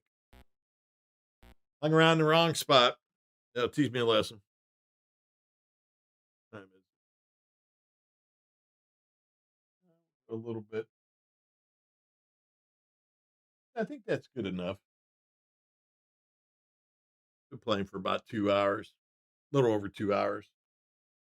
Um, yeah, that was basically it. Like I said, I wanted to play, some Atari today, and I decided since, they did that announcement, we would talk about that as well, which we did earlier. Um, it just, that's one of them things. It just depends on how you look at things. How it, like I said, I know there's people out there upset about the announcement from Atari and that it wasn't as big of a deal as they thought, made it out to be or what have you. Uh, but yeah, I guess it's just to me, I thought it was a big deal because there's 39 games and they are Activision games. So um, in the world of Atari, that's pretty big. Um, I don't know if some of the people that are upset is because they were expecting. I mean, I know why some are because um, I mostly hang out in a television channel chat. So I'm a fans. I'm friends with a lot of people that love in television. In television was never my system. I have one now, but I started out with Atari. Atari's always been my system. Um, so I think some of them are upset because they were expecting more news on the Intellivision side front, um, which I feel for them because uh, oh, did he? Okay, yeah, I'll have to check that out. Thanks, Guitar Geo. Yeah, if any of you don't know, Gen X Grown Up, great website. One of the guys, John. I think there's three of them all together, but John's the guy I mostly watch. Not that I ignore the other two; it's just John is who I preferred. But John's pretty good on. I'm just a regular dude, just bullshitting about stuff. John's pretty good on digging into stuff. Him and his crew. Guitar Geo just said that John put a video up talking about this. I'll watch it because I'd be interested in his point of view. 'Cause like I said, on a topic like this, everybody has a point of view. All you gotta just remember is everybody's point of view is valid to them. You know what I mean?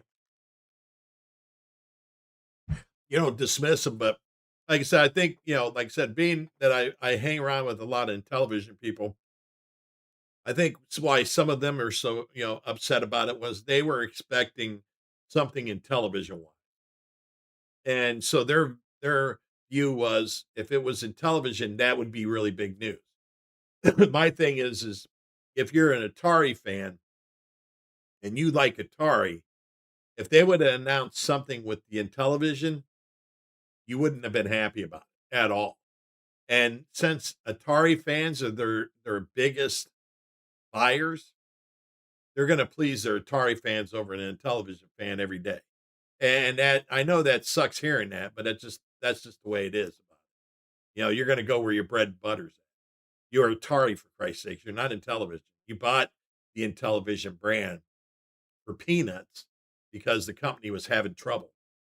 And they brought out the Sprint, which is a nice system, for ROMs. I and in all actuality, I'm jealous of the ROM system for the Sprint. We don't have that for Atari. But we do have cartridges. And apparently now we got 39 new cartridges that we're able to purchase. And but that's just the way, they're not going to bring out I like you can never say never, but I would say there's a pretty good chance you're not going to see cartridge based in television. The only way that would ever be possible right now would be if PlayOn makes a cartridge adapter that slaps into the Sprint. Are they capable of doing that? Yeah, I guess they are. You would think. I don't know how much more it would cost, but yeah, I think that's a possibility. But yeah, they're not going to bring out a cartridge based system. Uh, it's just doesn't make any sense money wise. And same thing with Coleco. Some people were saying Coleco. I love the Coleco. I have two. Well, now I actually have three ColecoVision systems. I have a shitload of controllers for them. I got a ton of cartridges. I get the new ones from Opcode all the time. ColecoVision. I was one of after the Atari 2600 Steam started going away. The ColecoVision became one of my favorite consoles up until I got a Nintendo.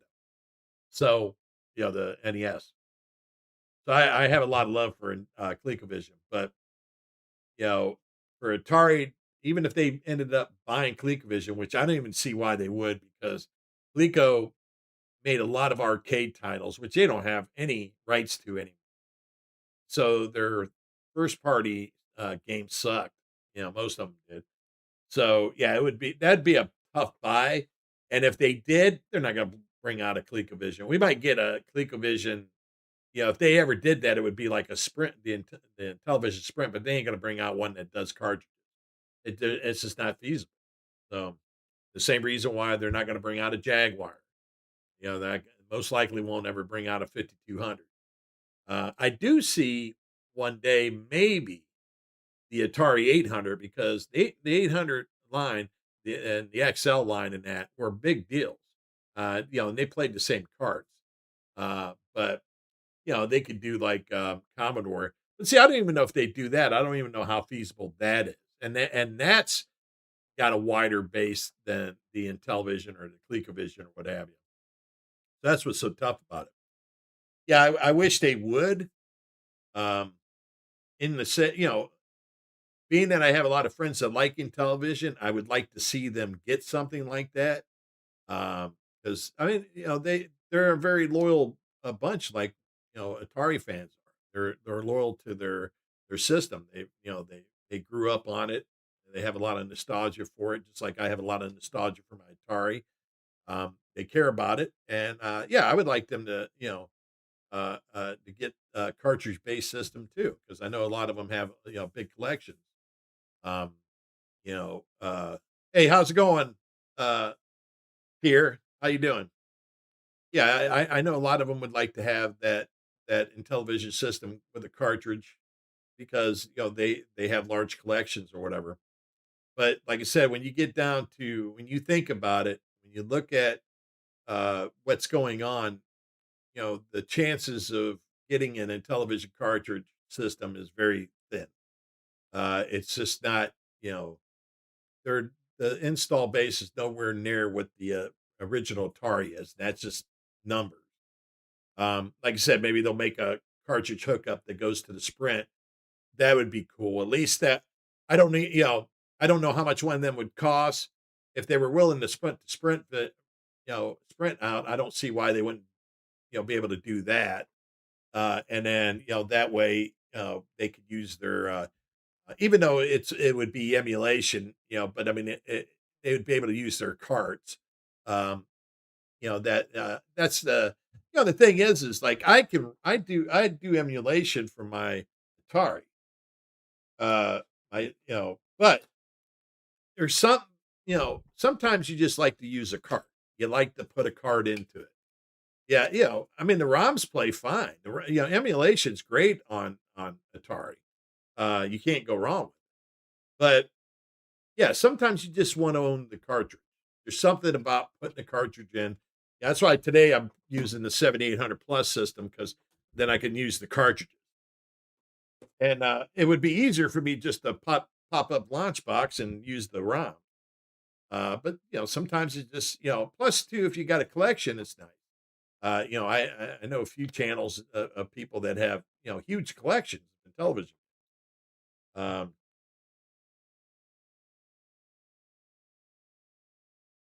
hey, last night, how's it going?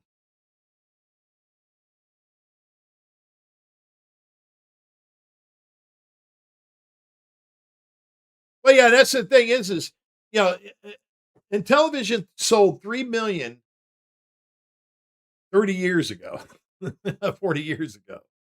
Uh, ColecoVision sold 3 million. There's the numbers vary on what people think on them systems, but The Coleco either sold a little bit more than the Intellivision or around the same amount or what have you. I just say same amount to save argument. But that was a back about, that time ago. Atari outsold the shit out of both of them. And so the install base of Atari is way bigger. It's way bigger than Intellivision. It's way bigger than ColecoVision. It's way bigger than Intellivision Coleco combined. It's bigger. So that's why we have a cartridge based system. The reason a television didn't get one is because if you look at it right now, my this is me guessing from people putting up the numbers of systems. Their systems are numbered. They have out what numbers are out there. I don't even know if they sold 10,000 sprints yet. And if they did, I imagine it didn't go very far above that.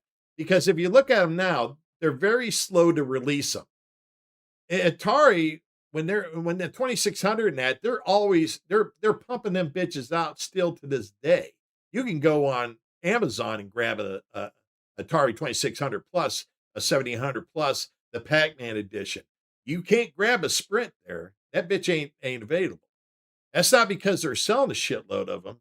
That's just because they're not pumping out a lot of them because they weren't expecting to sell a lot of them units. They knew they could sell a crap load of Atari units. They didn't know what they would sell on Intellivision. And that's not a knock against Intellivision. It's just that it sold less back in the day. A ColecoVision sold less back in the day than Atari did. It's just the install base is huge. And honestly, it's like what I was talking about earlier. Like, you look at ColecoVision or Intellivision. The only people that know the names are either they owned the system or they come back from that generation. Like if you are from the generation of Atari, Intellivision, and Coleco, you knew of each other because they were sold around the same time. So that's how you knew of them. When you got older, them systems don't mean shit to you. It's like when I went to my nephew about the Intellivision, he asked me what I watch on YouTube, and I says, "Oh, I watch guys that play Intellivision." He goes, "What the hell's that?" I go, "Intellivision." I said, "It was around Atari." He didn't even he knew Atari, but he didn't even know they had a system back then. So it doesn't mean anything to the people nowadays, and that's where the problem runs at. There's nobody, it's just us retro people that buy this stuff. It's not the newer, hardly ever any of the newer people do. It's like once I always laugh because some people go, "Oh, well, I get my kid to play with me." Oh yeah, sometimes the kids will play with you because they love you, but you know, uh, they don't play it because they're fun. They're fun games. I mean, to them, their games are so more advanced. They might occasionally have fun here and there, but they mostly like their Switches or their Xboxes or their PlayStations. And that's where I talked about before too was, and I bring this number up again. The video games will be $350 billion this year. 350 billion software, hardware sales. Retro games only make up $4.5 billion of that amount. Modern games are so much way bigger than retro games. The only ones that like retro games is us. The younger guys don't care. Some of them maybe because their father had it or played them with them. But yeah, it's just they're not big sellers. They're a small piece of a big pie. When you compare 4.5 billion, and that 4.5 billion is software and hardware sales. That's why Atari is selling a shitload of newer games. If you look on their site, they have a shitload of games that they've been selling, newer stuff, redos or whatever, compared to also with their older Atari collection. They sell a shitload more in them than they've been popping out Atari cards.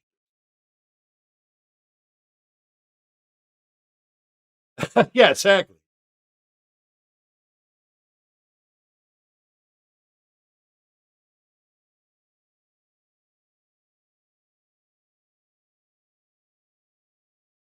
Yeah, it just like I said, it just we love these systems because we love them. They're nostalgia or whatever. I love my ColecoVision. I love my Atari. I love my Turbo Graphics. Remember the Turbo Graphics? That damn thing hardly sold any. Sold over in Japan like crazy. Over here, it didn't sell shit. I love my Atari Lynx. You know how many people had an Atari Lynx? Not very many. I love my Lynx. Everybody loved their Game Boys and all that shit. They weren't buying that Lynx.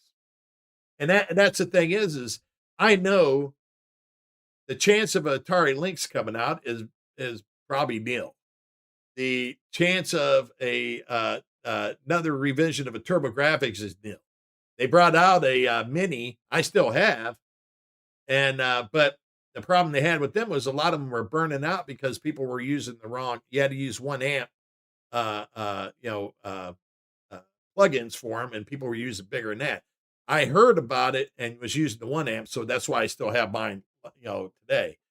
But I love that. Um, but that's the thing is it just just because you love the system, when you have to look at the big picture, you have to realize that not everybody did, and not everybody gives a shit, or and nobody but that's well, I don't know with Pierre, I don't know what he was looking forward to, but like I said, I'm sure some of the people that were in television fans were looking for news related to them. And but my thing got into is if you're an Atari fan, and if Atari's big news would have been in television, you would have been pissed. You'd have been, what the fuck? Why are you doing in television? Who cares? That's the thing is that television only matters mostly to television fans. Now, there's some cross, Atari fans that like in television, vice versa. But in a company that is Atari, you want Atari. You don't want no ColecoVision news. You don't want no television news. You don't want none of that. That's fine for some of the people that want to get it, but you want Atari news. So I knew this had to be Atari related. And I had said earlier that I thought it was going to be games. And I know some people thought I was crazy that it would be some games, but when you look at it, it's 39 a game. It's not one game. It's 39 games, and it's 39 Activision games. And if you're an Atari fan, Activision was the catalyst to everything for Atari. Before Activision came onto the field, Atari games were very basic. Activision put colors and interesting sprites and movement and game, and that they changed the landscape of Atari. Atari went from making these simple blocky things to Pitfall and stuff like that based on Activision. And Atari stepped up their game on their own development based on Activision. Because before that, Atari was churning games out. They were quick times to for the programmers to program them. That's why you were getting shitty games. That's why you got ET or you got Pac-Man, because they weren't given enough time to do anything. Activision came out, which they were Atari programmers that formed Activision, but they came out and showed that, hey, if you spend some time, you can come up with a cool ass game. And then it just changed the whole world. Then you had iMagic, you had other, companies coming in making good games. That, before that, nobody gave a shit about a programmer. Programmers weren't shit. But we cared about the program. We cared about who programmed our games. And Activision showed that. Activision made it about their program. It was David Crane's Pitfall or what have you. It wasn't just, Activision's Pitfall. And that's what I mean. It's like Activision in the world of Atari is huge. And the fact that we got 39 games coming out by them. I was just showing everybody, I'm a big Activision fan. I have a shitload of ROMs. This is the only cartridge I got. It's hard for me to find Activision games sometimes. This is the only one I have is Saturo. I thought I had more. I have a lot of ROMs, but this is the only one I have. So will I be picking up some of them new cartridges? Fuck yeah. Hero. You know how expensive it is to get Hero? I'm picking that one up. River Raid, Pitfall, stuff like that. So yeah, this is, so for an Atari fan, this is pretty big deal. Is it the biggest news ever? I don't know. Like I said, I always thought it was big news when they released the Plus system, but since then, it's probably one of the biggest news because we've never had 39 games dropped at one time. This isn't like one or two games. It's 39 games, bloop in your lap. Yeah, they're older games, but they're the games that were iconic to the system. Yeah, that's the thing is, I like homebrews, but I don't like every homebrew. There's a shitload of homebrews out there that suck ass. They're not good. I know some people like to think people like to support homebrewers, which you should. You always support them, buy their stuff. Don't play illegal ROMs. Take care of 'em. Because they work hard for their stuff. But I'm always honest about it. Some of their games blow ass. Some of their games are not fun to play. They're not great. They're not innovative. They're just games. And if I want to play something, even on my retro system, I want you to blow me away. That's why I like Champ Games.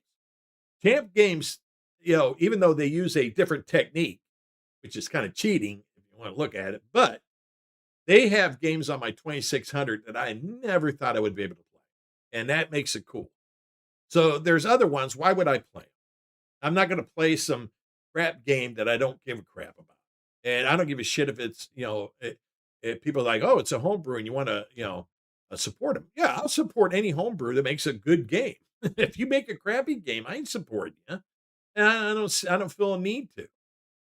It's I'm going to buy what I'd like to buy. I'm not going to buy a game just because it's a homebrew guy that made it. It's this opcode game. One of my favorite developer programmers. I like a lot of opcode games. There's some I don't. I don't buy every one of opcode's games just because I like opcode and I like to see Ed stick around. If Ed brings out a game I don't give a shit about, I ain't buying that game. And there's quite a few of them I haven't bought because of that reason. You know. Hey, how's it going, Megatron?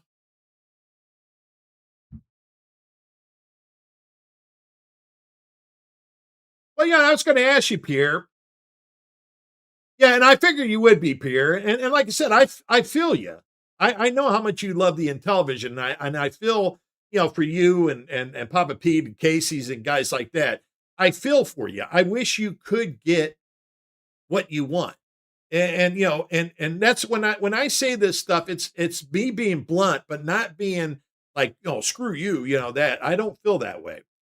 I'm just being honest about my assessment of things. And you got to remember, I'm not a fucking expert on this. I'm just giving my opinion on it. But yeah, I wish everybody could get what they want, and in a perfect world that would happen. But and like again, what I said too is never say never. Things could always change. It's just that in this environment right now, it just Atari is concentrating on where their bread and butter's at, and that's Atari. Which is what it is. But I wanted to ask you too, Odd Pierre, because I know you. I think you have an idea of what this. How's AF2's sell going? Have they hit the 150 yet? Because if I'm not mistaken, I think they were supposed to sell 150 carts to start putting out a ROM.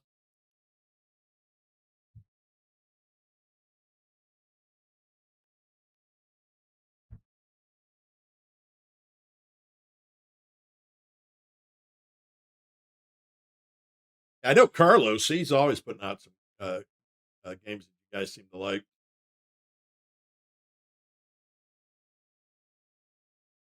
I don't know, and that's the other thing too. Guitar Geo is I don't know if they will put that on the Atari 50th. I wish they would, but the only thing is there are charges for it.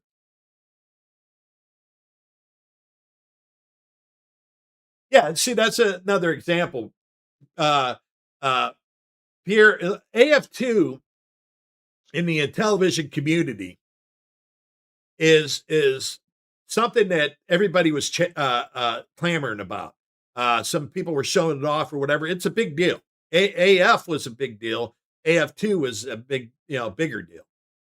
And so the developer needs to sell 150 copies of the cart where he makes his money at, and then he'll release a ROM. And it hasn't even reached that yet. And that's what I mean. It's like now, if you live in my world, you would think reaching 150 sales of Intellivision would be a no-brainer because I know a lot of Intellivision gamers.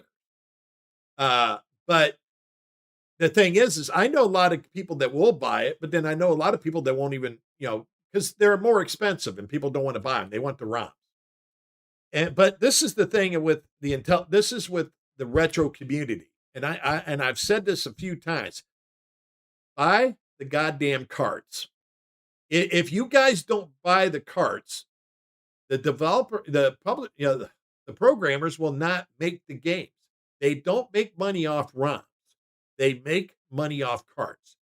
It's fine that they'll put ROMs out later, but they make it off their carts. If we don't support the community, that's where you get into the problem. But then there's the rub, because I just said earlier, I don't buy games I don't like. And so I'm not going to buy a game just to keep a publisher going if the games suck. And that's what's, the problem.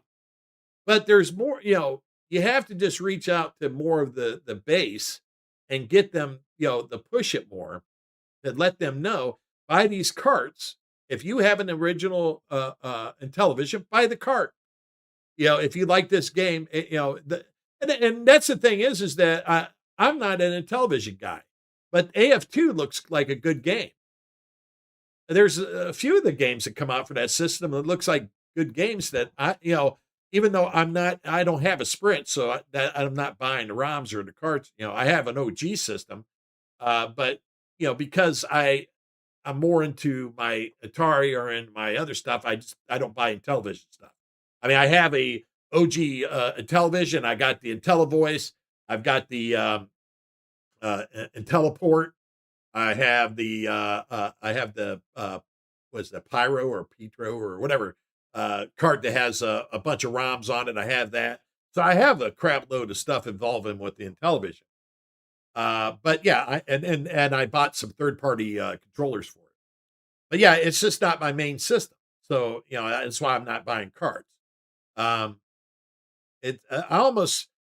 was a point where I almost thought of buying AF2 just so the damn thing would reach 150, because it does look like a game that needs to be out there, that it needs to be in more people's hands, and the ROM needs to be available to people that want to play it.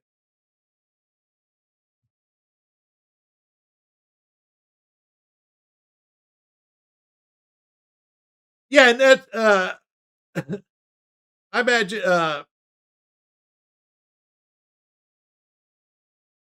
wait a minute. I'm following the chat. I'm sorry I got behind.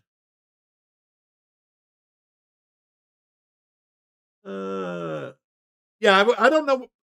Well, you got to remember though, I don't know how much the licensing costs, because Evercade had an Activision collection. So Evercade doesn't make a lot of money either. They're not huge. I mean, they're bigger, but they're not gigantic. They do decently.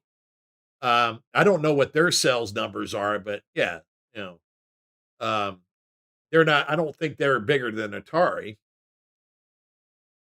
Atari is not, and Atari's not gigantic compared to other. If you compare them to other video game systems, you could probably lump Atari and Evercade and that together, and they don't even equal a fraction of what Microsoft or Sony and them do. So,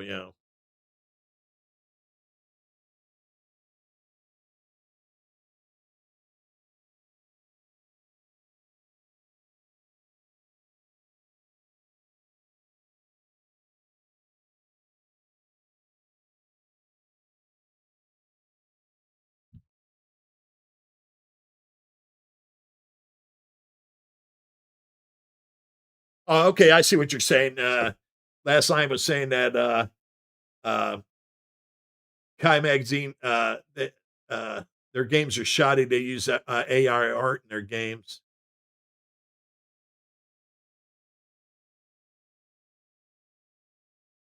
Yeah, I didn't know that either. Here's the thing, last line. I'm a AI lover, so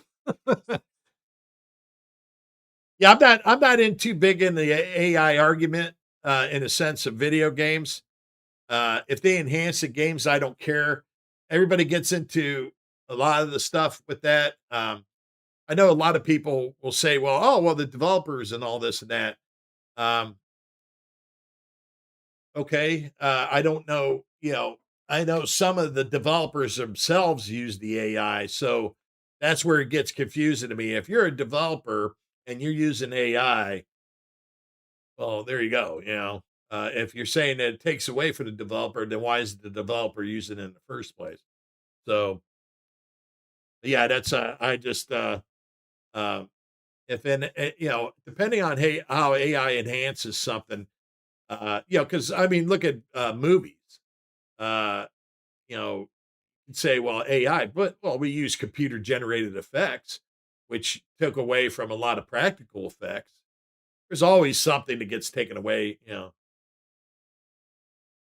see that probably have a problem with the still and sprites from other games. That in its own right is kind of fucked up. It's like, um, well, it's even like Amico. Remember back in the day when they brought out the tank game, and they had assets stolen from what was that, World of War or whatever the hell game it was, or tanks, a World of Tanks, I think it was. That's just stupid. Stealing somebody else's assets, even if it's for a commercial or a video or whatever.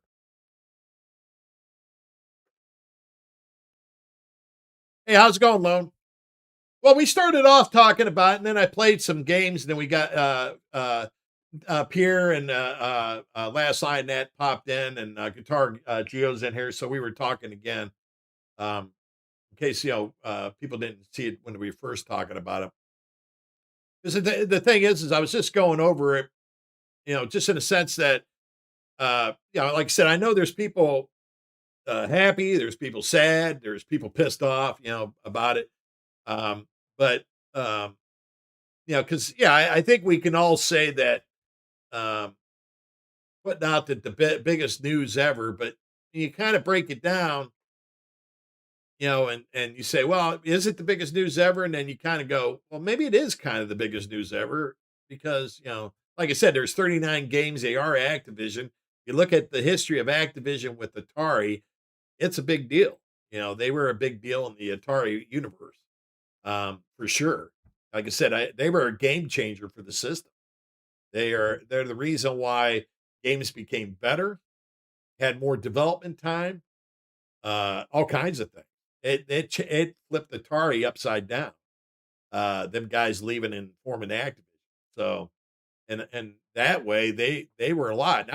And there's a lot of people didn't live through that, so they don't realize it. But I could tell you when I seen Pitfall, I one, I was surprised it was on the Atari 2600. Two, I don't know what the hell to think. I was freaking blown away by it.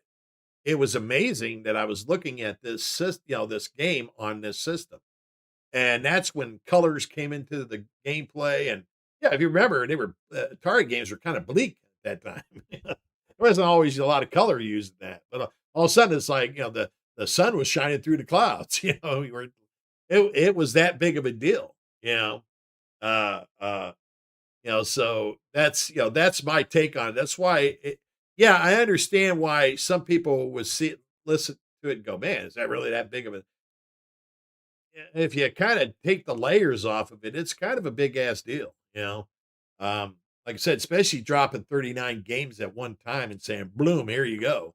Atari hasn't had that big of a release since the system came out. They hadn't released that many cards, so that in its own right is a biggie. I was hoping that there would be other titles as well. I've been waiting for stuff like, well, let's be honest, I didn't think Superman was coming out anytime soon. But like Haunted House or some of them other ones. I got Haunted House on a cart, so I'm okay on that. But like I said, the Activisions though are some of the harder to get carts or the more expensive, especially Hero. Hero's ridiculous. Luckily, Atari carts usually aren't too bad loose or whatever. But to have a complete inbox and get the patches, that's a big deal too. I mean, when we were wanting them Activisions, We wanted them goddamn patches. Patches, we, we wanted to have them all. So now we get to have them. Now, granted, I'm 60 years old. What the fuck am I going to do with a patch? But, it'd still be cool to have it.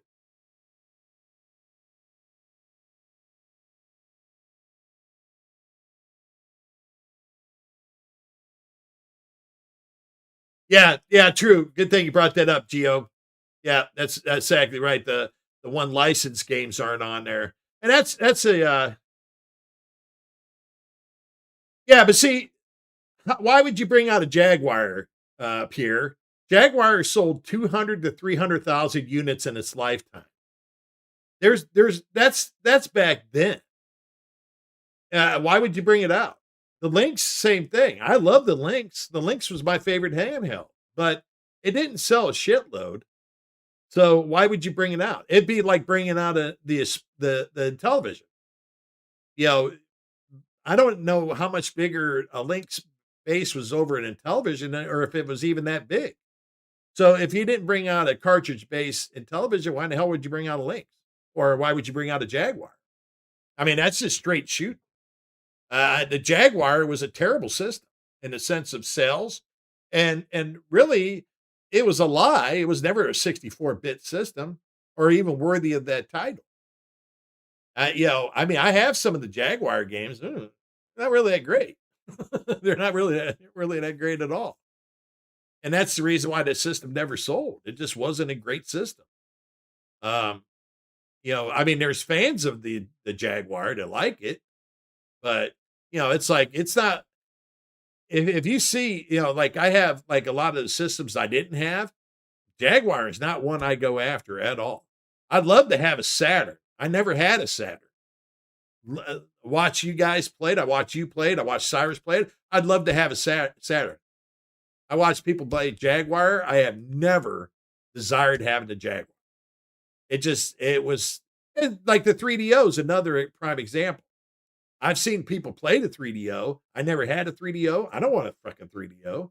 I could get other systems better than the 3DO, so why would I even mess around with it? Now, if you own the 3DO, it probably means a lot to you. And that's that nostalgia kicking in. But for like people outside of that, who the hell who wants the 3DO? I don't hear a lot of people saying, that they want.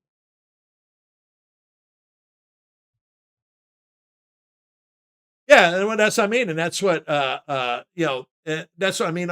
Well, see, and it's a couple of millions, so the Lynx, is it viable since the television sold a couple of million? That I don't even know if it'd be viable. A lot of people would buy it.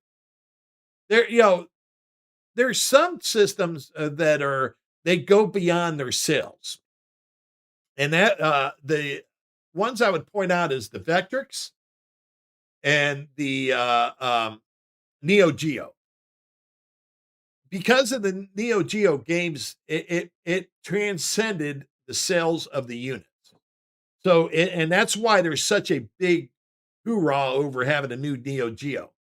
The Vectrix is the same way, in a smaller scale. Vectrix hardly sold any, but the Vectrix was such an iconic wanting to get that when we were kids that carried over until bringing that little mini Vectrix on and people want to get it.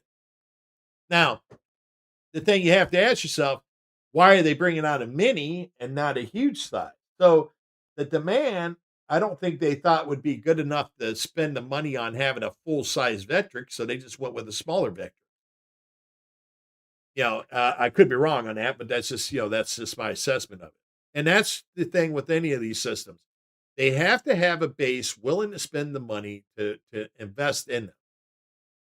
And that's why you don't see ColecoVision. That's why you see Intellivision come out with a Sprint. You see, it's just the desire and the push to get that out there. That's why you're not going to see a Jaguar. You're not going to see a Lynx.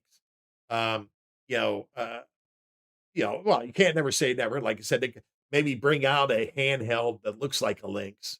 That could be a possibility, but you're not going to have a one that's close to the Lynx and accept cartridges because there's not very large cartridge base for Lynx out there.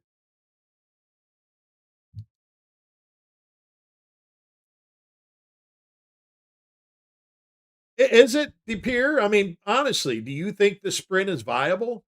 It hasn't sold 10,000 units yet. How is that viable? And that's not trying to be mean. I mean, I'm just being 10,000 units is not a lot at all.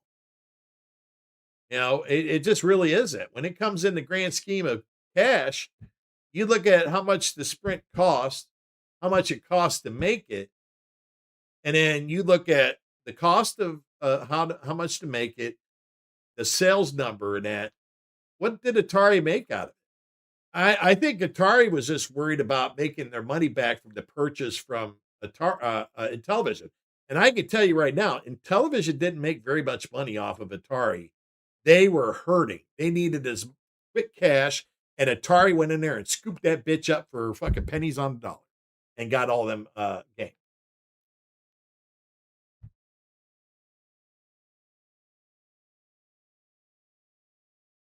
Yeah, the $1,000 for the whole collection's hard.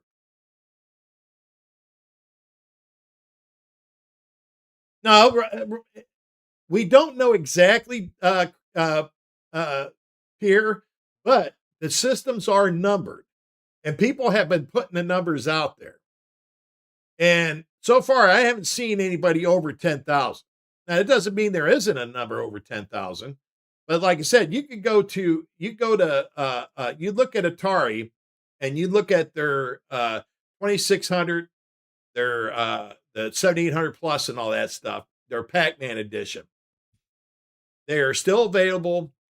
You go on Amazon, you can still buy them there. You go and look at the sales numbers, you'll see plus 500, plus 1,000, or whatever, just in the last 30 days. The Sprint was never that high when it was on Amazon. And also, they don't even have it anymore on Amazon. Atari's not making a shitload of them. They're not popping them out in numbers that they were popping the 2600 out, the 7800 plus, the Pac-Man edition. They're just not making as many as them. So that's I mean, it's just using what you know, and when you put it all together, they're not selling a lot of the system. It's just the honest truth. It's like, yeah, of course it was hot when it first came out because a lot of television guys went to buy it, but yeah, it's just running out of steam. 10,000 is not a viable number. If they would have sold, I don't even know if 20,000 would have been a viable number. Maybe 30, 40, 50,000 units might have been viable. But yeah, 10,000 is not a viable, a number for a system. That's it's like, yeah, it's enough to make a money for the run. It's enough to make Atari back some of the money that they paid to get the Intellivision stuff. But yeah, like I said, if they had a lot of faith in television, you would have had a Intellivision Plus. They wouldn't even have made a Sprint. They'd have popped an Intellivision Plus out, and they would have been ready for the money. But they didn't make it. They made a ROM system because they didn't think they would sell a lot of them. And as you see, they're not popping out Intellivision games either. If and you can say, well, that's because the Sprint's ROM based, but there are Intellivision people out there that have the OG system. If Atari thought they could make money off of them, they would be popping cartridges out right now. But they're not making any cartridges. I mean, they have the rights to a shitload of games. They could just easy make them things. They're not putting cartridges out there, on Atari. Is why they're not going to make the money off. They know that. That's why you have a ROM system. The reason we don't have a ROM system on Atari is because they knew they could make money off the carts. So they said, piss on that. We're not going to, just send you, we're not going to make you a ROM system. We're going to make you a cartridge system so you buy more carts. Well, yeah, it sounds like a success, but it's not for a company here. 10K is not a lot at all. Like I said, if you look at how much it costs to make the system and then what Atari had left, that's not a lot of money. And if you're slowly struggling to get to 10,000, yeah, you're not a money maker. You know, like I said, you're okay, but you're not going to be a moneymaker over the long run. If they're looking at like, oh man, if we struggle to get to 10K here, how long would it take to sell a cartridge base in television? It might even take longer than that. They don't know.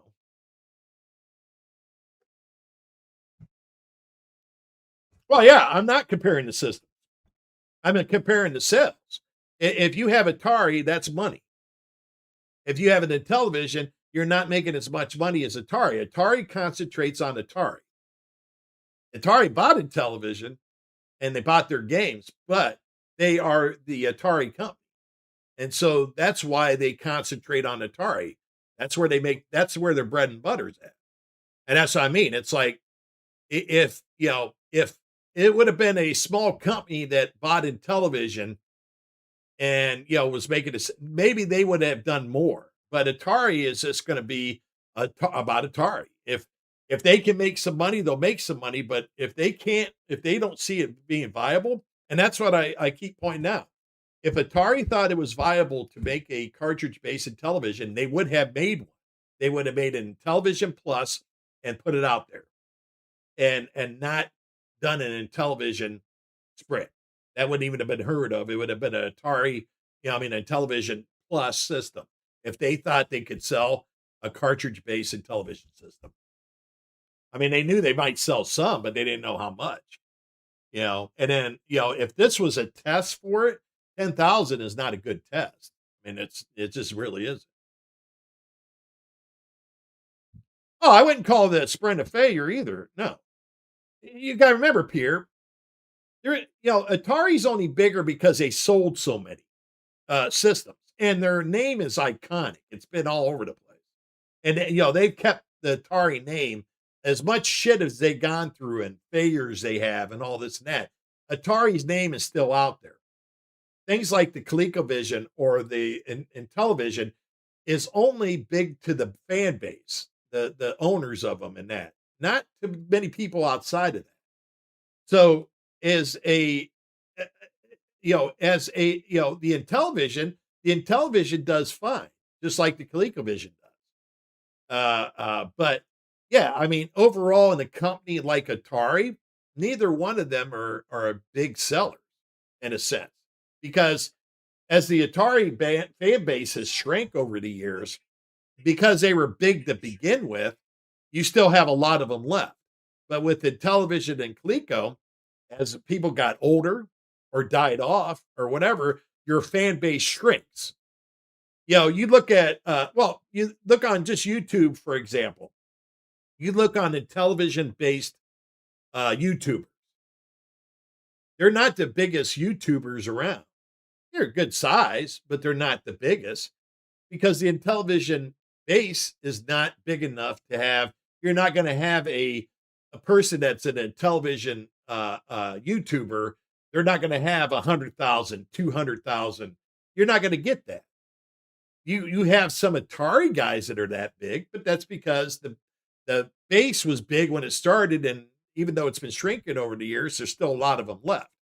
Coleco channels, hell, you hardly find them.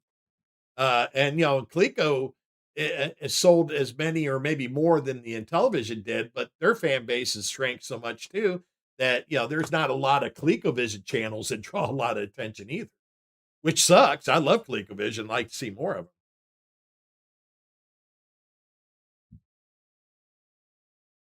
Yeah, as I said, it's not a knock on either system.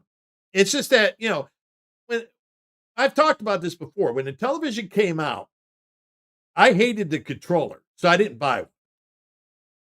But when I seen it in television on the commercials, and I seen one in person, the graphics on it was better than the Atari 2600 by a long shot. I like the football games, how they look, the baseball games, all that shit. I like even though I hated the freaking pad, I did like the keypad because it added more into a game, things that you could do. So, I mean, I acknowledge that the Intellivision had better graphics capable of doing more or what have you. I just hated the gamepad. But at the time, Atari was releasing arcade games. That's what killed Intellivision.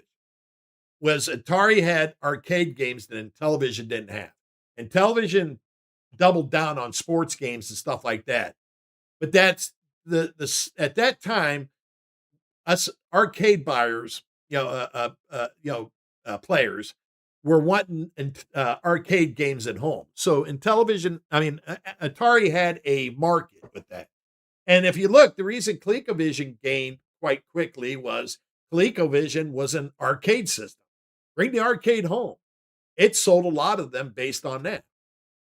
But and unfortunately, ColecoVision came at the end of the time of the video game crash, so they weren't able to capitalize on it. Plus, they made a mistake with the Atom computer and all that shit. But a lot of other financial mistakes Coleco made. But that's what hurt the Intellivision. That's eventually what helped ColecoVision to achieve something, but not great because of the crash. But that was what got Atari ahead of everybody was the having arcade games, because all the kids knew arcade games. We knew Asteroids, we knew Space Invaders, we wanted them games. And so the Atari is what you bought. And that's the long and short of it. It wasn't the fact that television was an inferior system. It wasn't. It's just that they didn't have the arcade games that Atari had, and that's what everybody wanted at the time. Yes, good point, Pierre. Very good point. Yep. Oh yeah, the ColecoVision, that Donkey Kong sold the shit out of that ColecoVision. As I said, arcade games are just big. Yeah, it's just in television. It's like I said, no fault of their own. They were making, these games, and people were attracted to them, but just not the larger base. If Intellivision would have bought the rights to a lot of arcade games, it would have changed. It would have changed what happened, and television would have, because they would have had games closer to the arcade games than what Atari could do, and it would have made a bigger deal at that time. Then you would have had a television that would have grew and had a bigger base to it. Because they had the better graphics and all that. They just needed better games to push that out. And not that their games suck. It's just that compared to arcade games, nobody was interested in them. So yeah, if television would have had a wider spread out in the arcades and want to grab some games, that could have been a game changer for Intellivision. In a sense, I don't know if they would have outsold Atari, but it would have put them in more equal footing with them, and they would have had a bigger base based on that.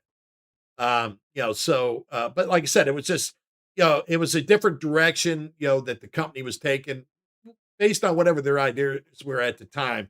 Maybe they didn't want to compete with Atari in arcade games, or they didn't want to spend the money, because I don't know what their bankroll was at the time and television came out, even though, Mattel owned them. I mean, you still got to keep costs down. So.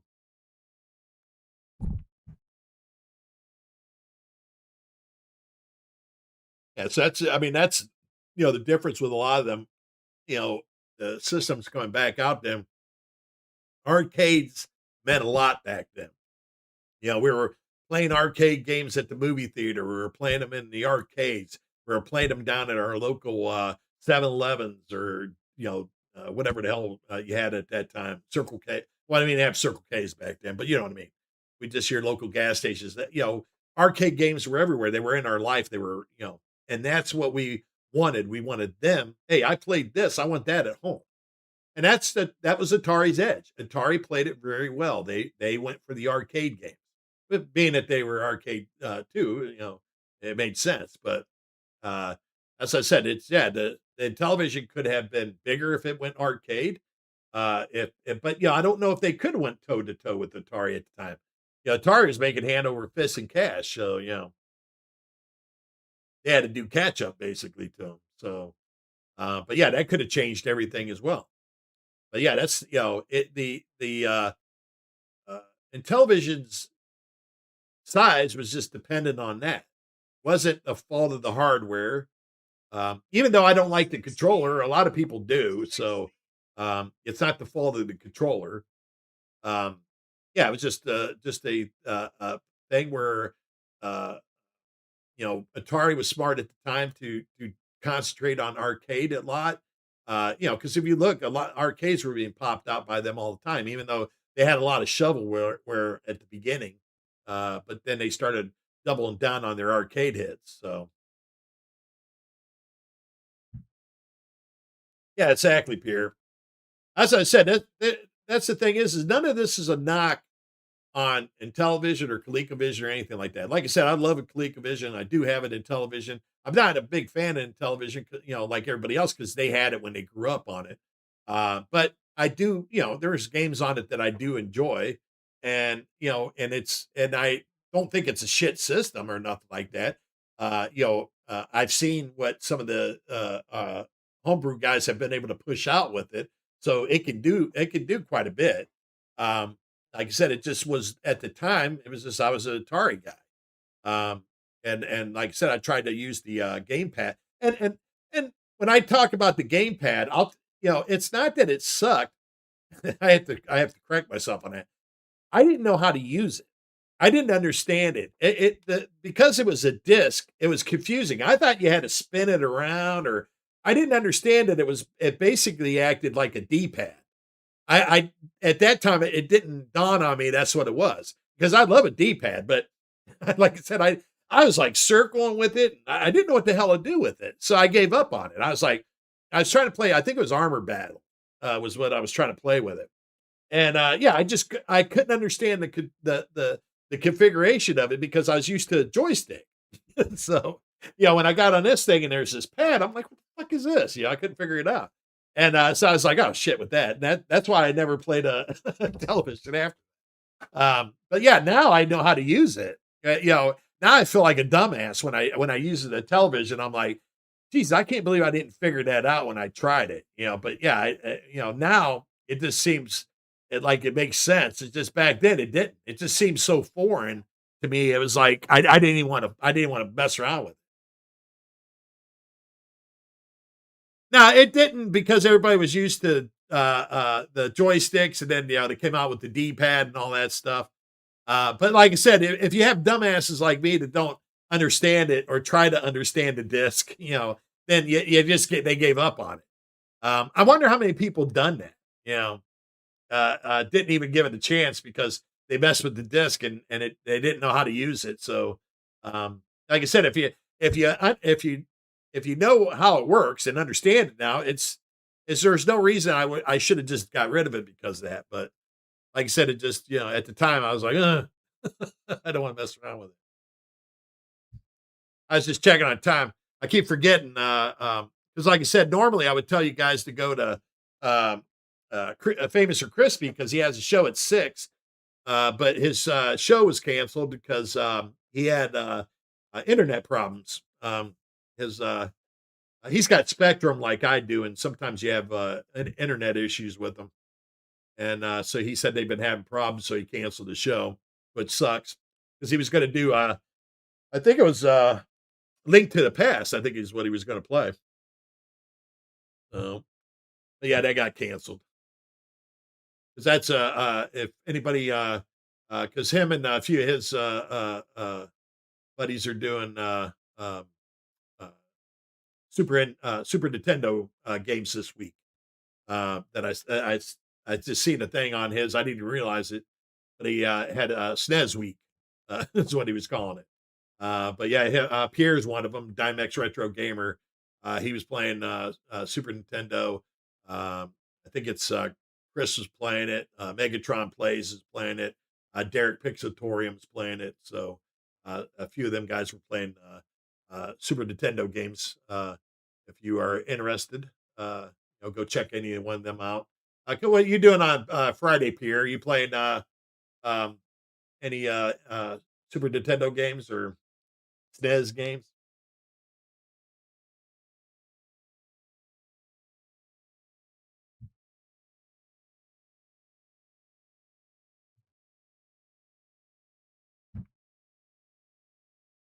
Oh shit, I'm freezing.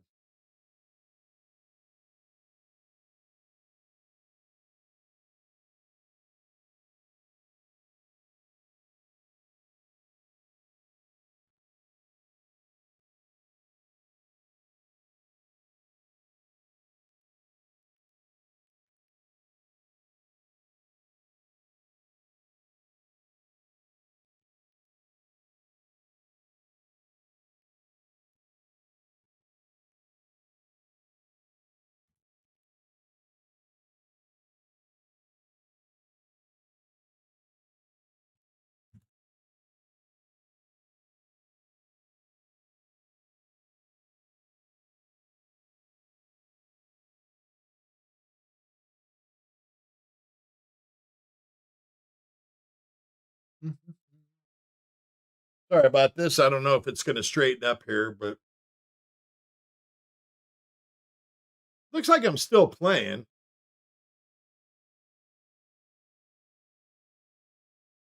Maybe the drops are, yeah, because I'm looking on the YouTube channel now. 'Cause, yeah, it shows that I have it just says I'm not maintaining enough to be smooth, is what it's showing. All right, so you got NES on Friday. Okay, here, yeah. If anybody's interested in some NES gameplay on Friday at 6 p.m. Eastern time, that's Dimex Retro Gamer. He's going to be playing some NES. Um, he also does show on Mondays. He does television at 6:30 Eastern time. On Tuesday, he does 6:30, sometimes 6. So it's best to hit him on the alerts.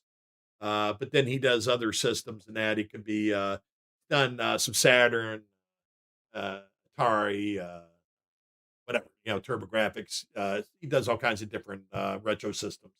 So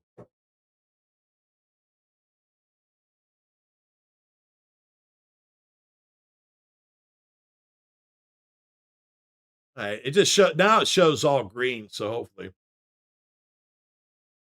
but yeah. So if you like them, if you like retro systems, go check Dimex Retro Gamer out. Like I said, check Famous or Crispy out. Old games. He normally would be on at 6 o'clock, but like I said, he's having internet problems, which technically I'm having a little bit of myself, as well.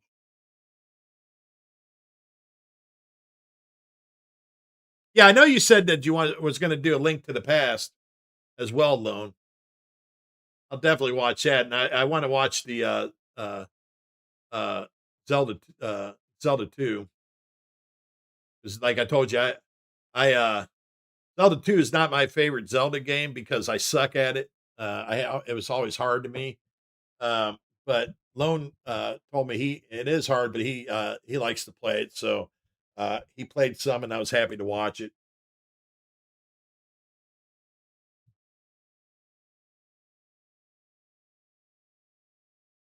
Let's see. I'm starting to get a drop again. Yeah, it's just weird that uh, Famous or Crispy's having a problem with his Spectrum. I'm having a problem with my Spectrum. And this isn't the first issue I've had with them, and it just pisses me off. I know you can't control shit like that, but when I do a stream, I don't want it to be painful. I don't want it to be choppy or interrupted or whenever people are playing. So stuff like that drives me nuts. But streaming is, especially when you do live, it's a pot shot. You're hoping that the internet's good. You're hoping everything works perfectly. And it hardly ever does. So it is what it is. But it still doesn't keep me from getting angry about it because, like I said, I don't want to. Yeah, this is right now. My system's going up and down, up and down, up and down. So, yeah, I'll probably just end it here because I don't know how much more it's going to handle. Um, it just keeps dropping. It's back up again. But, anyways, like I said, I just wanted to. Yeah, Spectrum is. I used to be with Time Warner Cable for the longest time, and Spectrum is. I think they're part of Charter, and they bought out Time Warner or part of Time Warner, and because I think Time Warner was split up among a couple of companies. So Spectrum is who we got for internet use. And I don't have any problems with them, but lately, man, they've been, yeah, definitely. Well, yeah, too, is you ran into that, Pierre. Like I said, you want to kind of stay, you want it go good for the people that are watching you. And but yeah, sometimes it's just out of your control. There's nothing you can do about it. But anyways, I mean, this is what it was. I don't know how choppy it's going to get. Hopefully, I can get through this. I just wanted to, touch base on this thing. Uh, we had a good discussion about it. Hey, Salvador, how you doing? Been running on the issue, Salvador. But yeah, I just wanted to get everybody's opinion on this stuff. Put my opinion out, of course. Like I said, my opinion matters just as much as yours does. Um, Debate on it. Uh, but like me and Pierre had a nice conversation back and forth.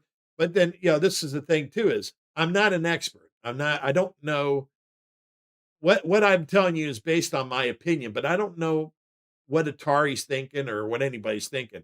I could be way off base on all this stuff. I just, look at it my own way, try to judge it, from what I see around it. Um, but it still doesn't take away from the fact that I think every one of us we enjoy our retro systems.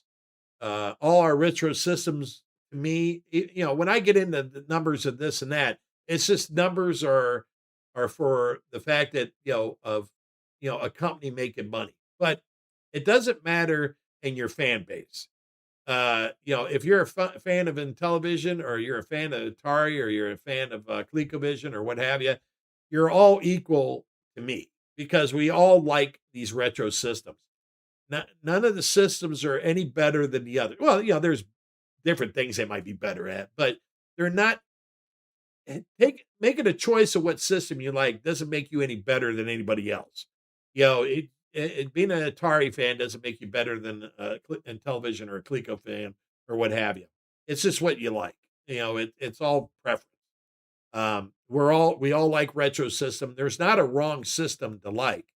It's the video game. If you like games, that's the main thing. It doesn't matter where you play them at. It's just liking the game.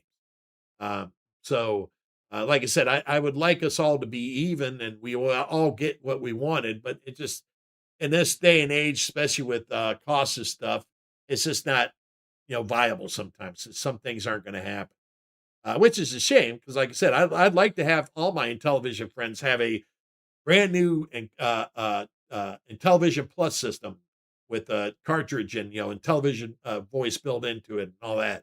That'd be great. I wish that for all of them. Do I see that happening? No. And it's a shame. I mean, I wish it would. I'd love to have a new ColecoVision system plus. That'd be great. I don't see that happening. Yeah, there's just some things where you talked about the Lynx. I'd love to have a Lynx. I don't see it happening. Jaguar, I don't, I would see a Lynx before a Jaguar. Unfortunately, that's just the way life is.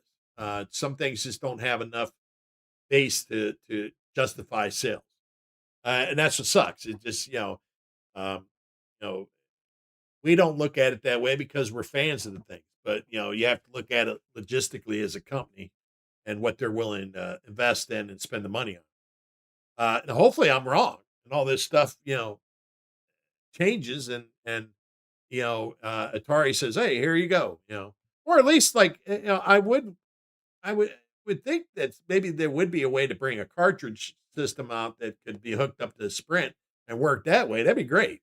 At least that would help, mean something to the Intellivision guys, that they could use their cards.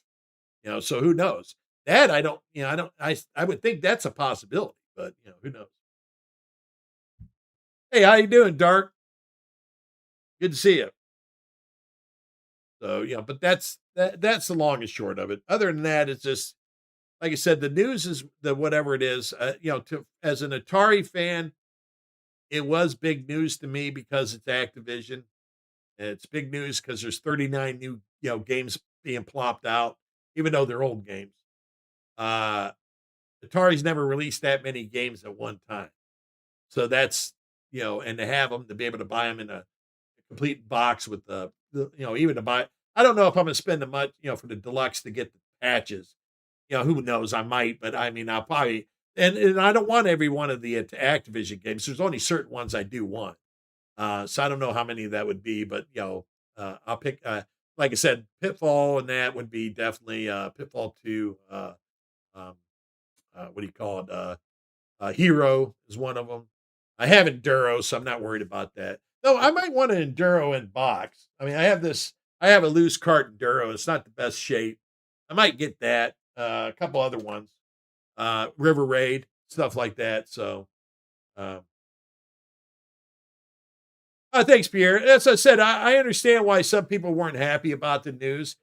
And yeah, I'm not trying to say, hey, it is big news and you guys got to love it. Yeah, I understand why some people don't find it big news.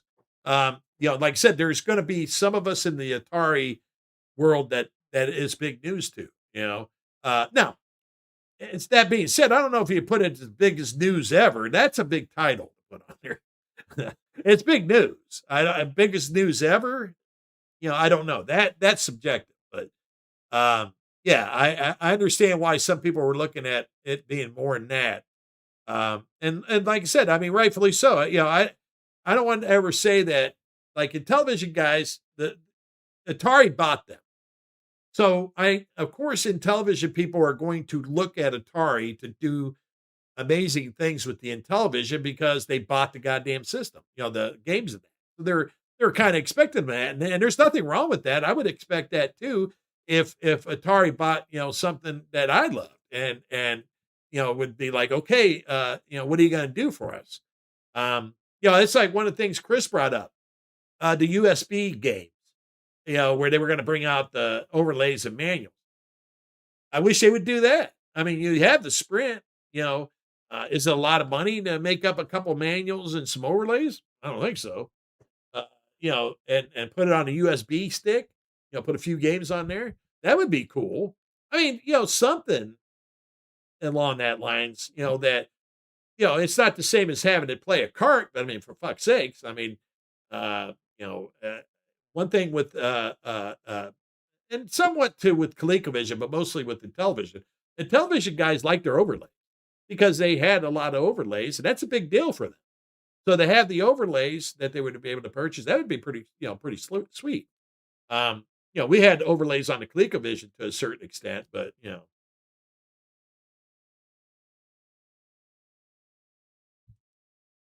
that $1,000 is hard to swallow. I mean, it is 39 games, and it'll be like what 20 something a piece. I mean, the cost is decent, but it's just that one time you're popping out $1,000. Yeah, it's kind of hard to swallow that.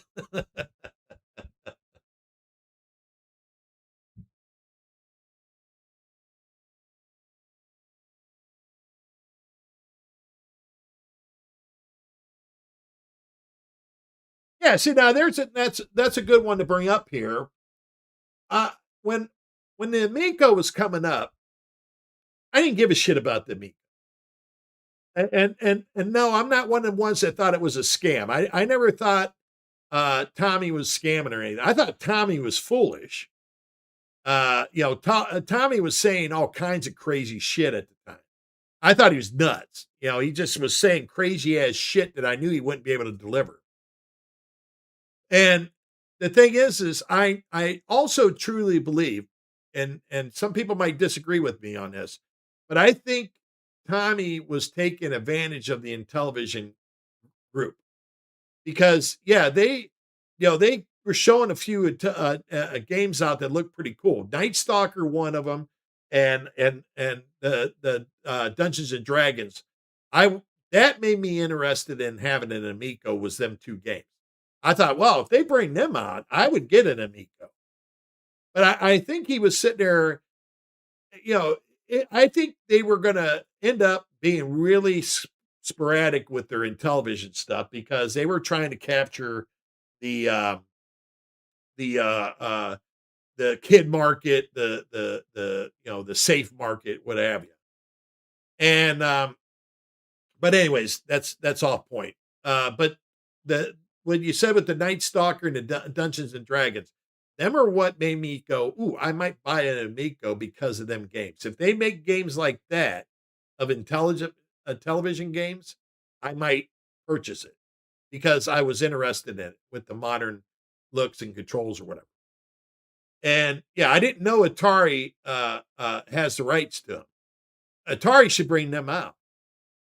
I mean, they're bringing other stuff out, bring them out in a goddamn one disc set or whatever the hell, one cartridge for the Switch or do it digital. That would be interesting.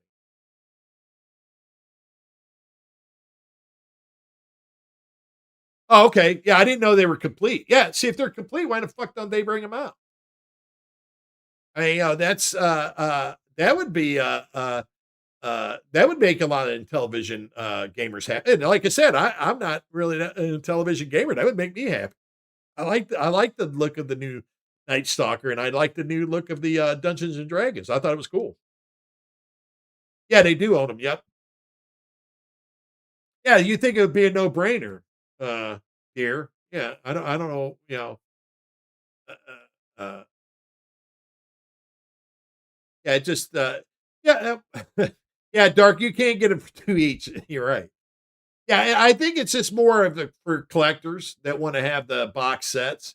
Yeah, and see, I'm an eclectic collector. I don't all my systems don't have to be. I don't have to have complete in box for everything. There's only certain ones I want complete in box. The other ones I just have open cards. I don't give a shit. So it just depends. Um, I just get what I like.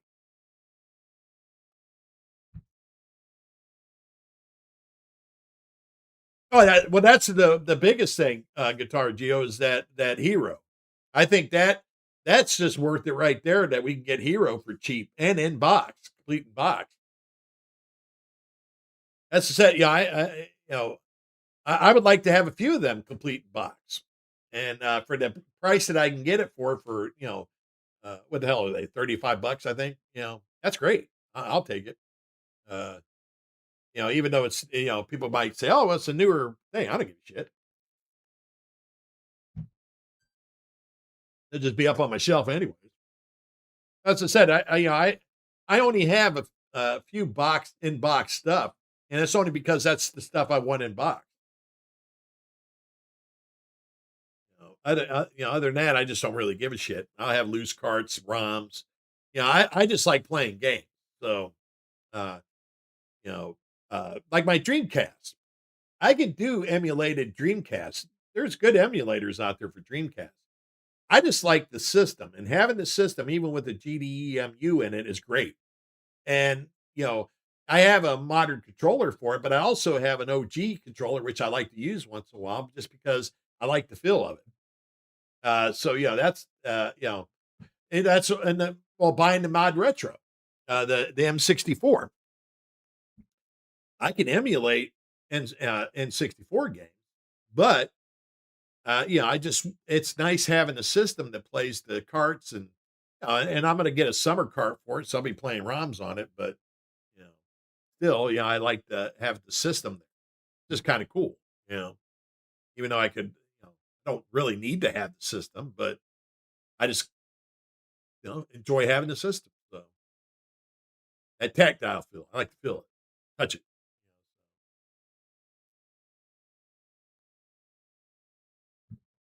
Yeah, I wish this internet would straighten its ass up. Back and forth, back and forth. I look over there, it's like it goes full green, and then all of a sudden it's down. Then it goes full green, and then it goes down. They'll go from this red to the yellow. Yeah, I don't know what the hell's wrong.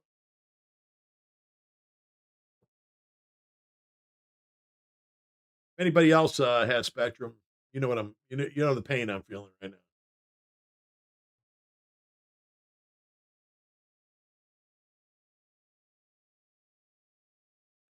But yeah, like Guitar Geo said that hero in its own right makes everything justified. So, but yeah, like I said, I'd love to have the uh Pierre. I'm not. I've been looking at it and I'm trying to decide. I might buy the um uh I'm not going to buy the Crisis game because that's on other systems and it's not really a Nintendo 64 type game. And like I said, you can buy that anywhere. You can get that for anything. Hell, I think it's on Evercade. So I'm not worried about that one. The I can't think of the name of it. The one with the bikes. That one I wouldn't mind having. I mean, you can get that somewhere else, but I wouldn't mind having that one. The shooter, I'm not sure on as well because again, it's another game does it really need to be on the N64? You can get it somewhere else. You get on and put it on the PC or something like that. And the B one, I never give a shit about that game anyway. So right now there's one game. I think it's Extreme G or whatever the hell they call it.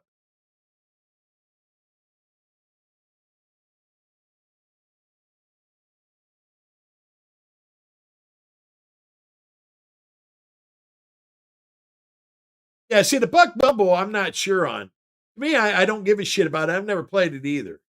It might be a good game. I don't know.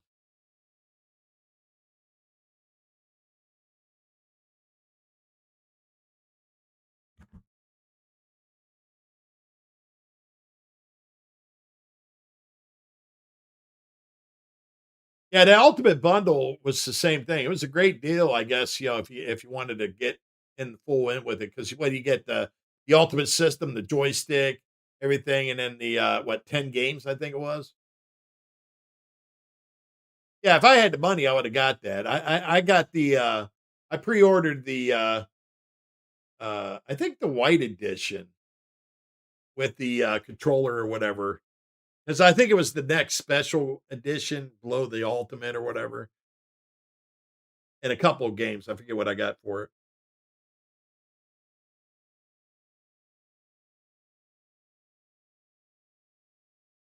But yeah, I'm hoping that Mod Retro. I mean, they brought out quite a few games for their Game Boy clone. What do you call that thing? Um, shit, I can't think of the name of it. Shit, getting old. I can't remember stuff as well. But yeah, their Game Boy clone thing. They had that they have like quite a few games out for it. So I'm hoping they do the same thing with the N64 games, especially like the harder ones to get, ones that aren't very uh they're very scarce. That'd be cool if they brought some of them out.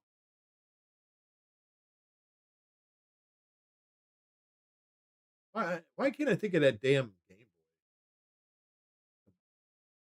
Company's Mod Retro. What the hell is it called? Their keep wanting to say Mod Retro, but that's the company. But I forget what the hell they call their game.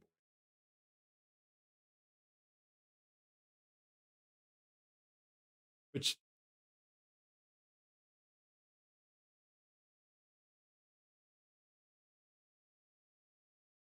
I got Metal Slug.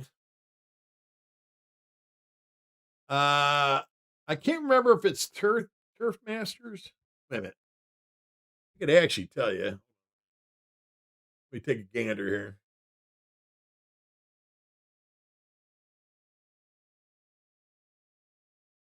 Uh,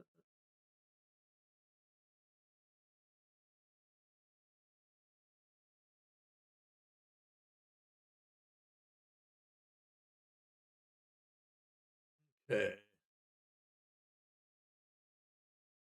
Let's see. I got them down here somewhere.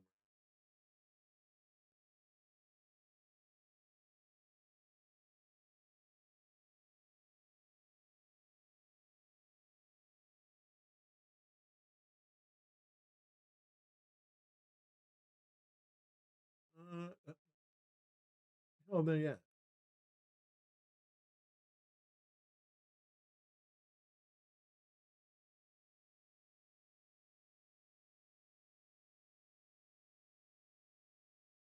I got Samurai Showdown 5 special, Big Tournament Golf,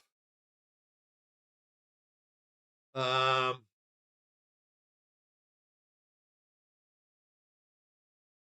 Pulsar, Pulsar, Magician Lord, over top. That's what I ordered. And then I got the white edition, the anniversary edition. That's what I ordered, which is the white one with the white big stick thing, their control stick, the wireless one. So that's what I ordered.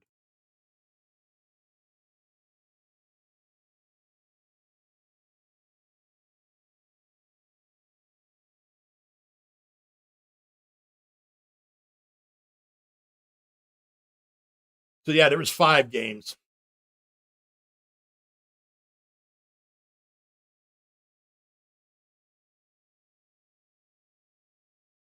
I just thought that Paul's art looked pretty cool. That's why I put that in there. I mean, there's actually a few of the games I wouldn't like, the Mark of the Wolves, I wouldn't mind having.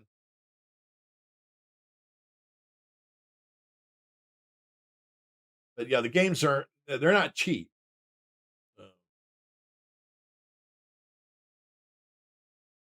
Unfortunately.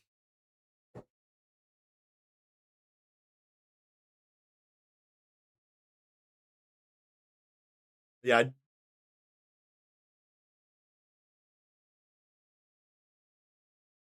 yeah, they are. They supposedly run on it as well.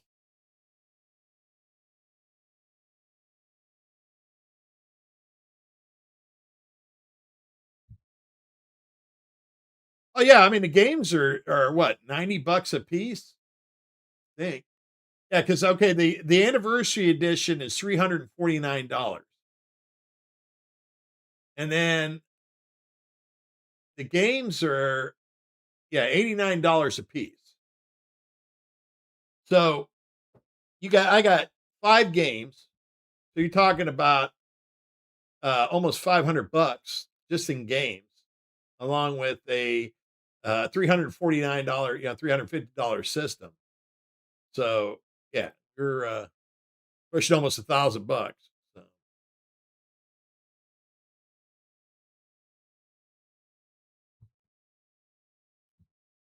it's kind of crazy when you think about it.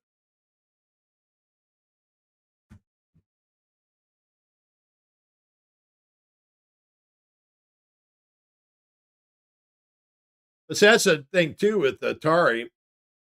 The beauty of it is you got they releasing these 39 games, and but these 39 games aren't just playable on their plus systems, they're playable on the OG Atari systems and that. So yeah, they're going to sell a pretty good amount of them. Now how much I don't know, but they should do pretty good.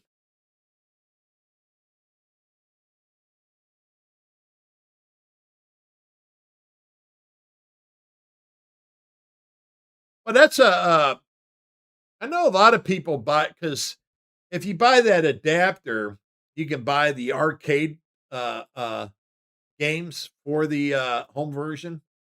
Um they're just they're not as pretty looking as the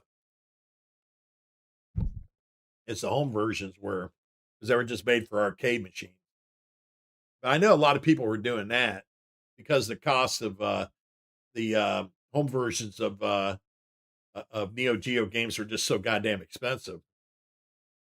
Now even the arcade versions are expensive now though. I mean, but back in the day it was a lot cheaper to get them than to get the home version.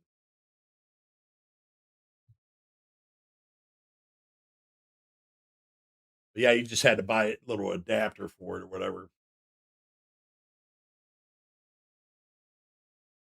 I don't know if they're smaller or bigger, who knows? Never really checked. I got lost in Amazon. There's other shit they're showing on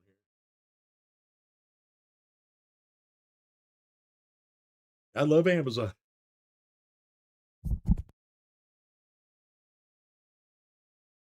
Sorry, I had to sneeze. Whew, that sneeze bad. All right, everybody. I think we've pretty much covered all the bases. Um, I think we can agree that. Well, I think the one thing we can agree is I don't know if this was the biggest news ever in Atari history. That title's kind of ridiculous. I mean, it's big news. Don't get me wrong. Is it the biggest news ever? I don't know if you want to put it that kind of that stretches the bar kind of low when you think about it. But yeah, it's big news, but not for everybody because, like I said, there's some people who it's unhappy about what the news was because there are people that wanted it to be in television news, wanted it to be Jaguar news, wanted it to be Lynx news. Um, all kinds of different stuff. So, and nobody's wrong for that.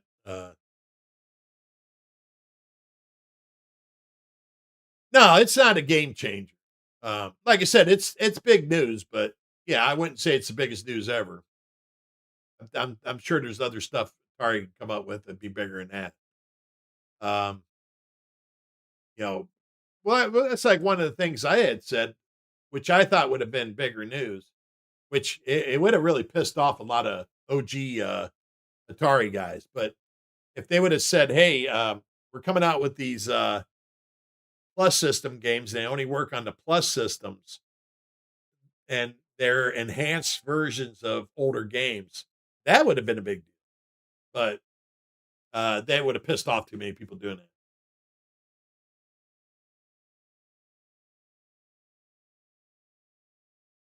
I know they're selling them individually. You don't have to buy the package. Now, how well they sell, I don't know. I mean, I think they'll do good, and specifically certain game. Hero will sell the shit out that Hero. A lot of people will be buying Hero because, like I said, Hero's expensive as shit. So them games that are expensive, they're going to sell like crazy. Some of the other ones, if they're easier to pick up and that, they might not sell as well. But yeah, I think they'll do pretty decent on it. I don't know how many of the $1,000 sets are going to sell. That'd be interesting. But yeah, some of them, like the ones that have the colored cartridges with the patches and that, I actually them will probably sell pretty good. People get fascinated by color cartridges. I'm interested in the patches. I wouldn't mind having the patches as long as they're not super expensive patches. But yeah, I don't. They'll probably do fine. Uh, but yeah, I don't know. Like I said, I don't know if it's going to live up to what the grandiose title they gave to it. But yeah, they should do okay though, I would imagine. And we'll see, cuz what do we got till is it November? I think. I think it's November when the first ones ship out. So we'll see, see here in well, it shouldn't take too long. We'll see what the demand is. Because there should be some if the demand is high, I wouldn't be surprised if we see it today, or at least by the end of the week, some of them being sold out at that time, depending on what their run is. I don't know what their size of the run's going to be. So if they have decent sized runs, I would see some of them running out by then.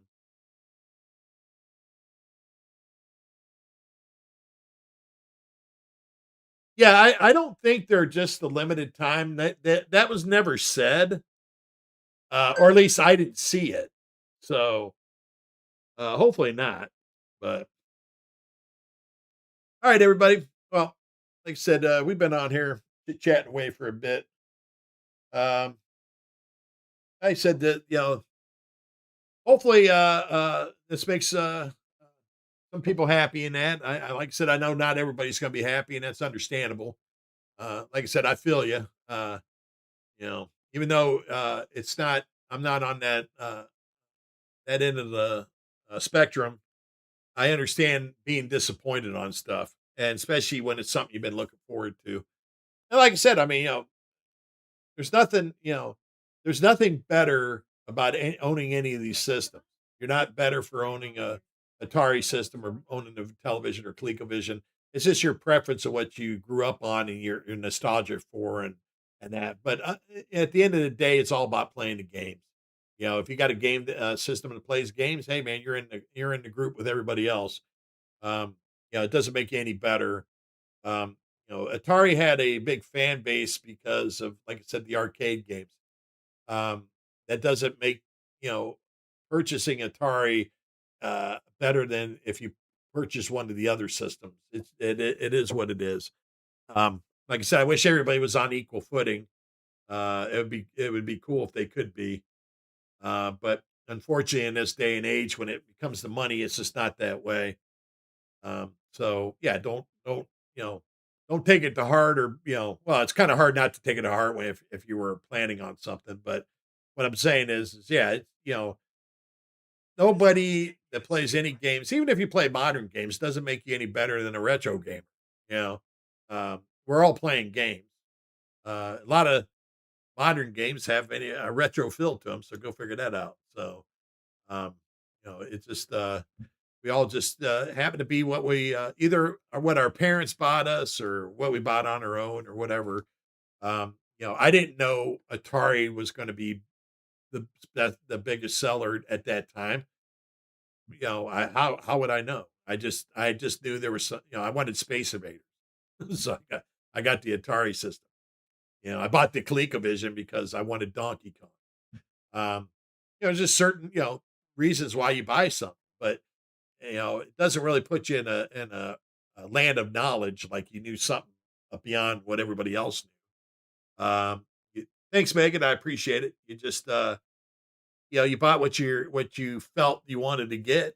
You took your chance. Not every system is a million sell. A couple. 10 million seller or whatever. It is what it is. But like I said, there's um, no reason to. You know, hopefully nobody's doing that. But I hope people aren't out there going, "Hey, screw you guys! You didn't get what you wanted, but I got what I wanted." Like I said, I wish everybody would get what they wanted. It'd be better that way. I don't begrudge Intellivision guys or Coleco guys or 3DO guys or Jaguar guys. Even though I don't like the Jaguar system, if they got one, I'd be happy for them. I mean, I don't have to buy it, but I wouldn't say, hey, I don't like the Jaguar, so they shouldn't sell a Jaguar. If they could make money on a Jaguar, they can release it. Hey, release it.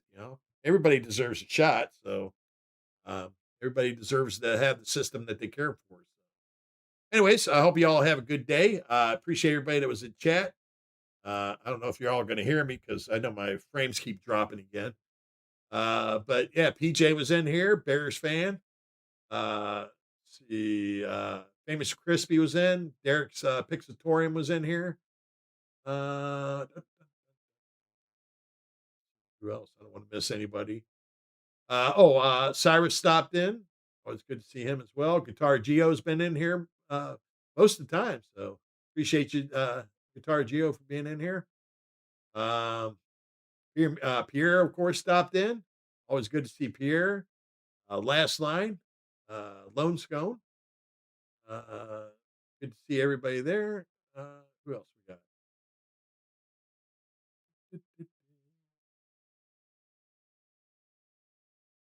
Well, that Megan, of course, she's in here. She's in here right now. So I think that's it. I think that's everybody.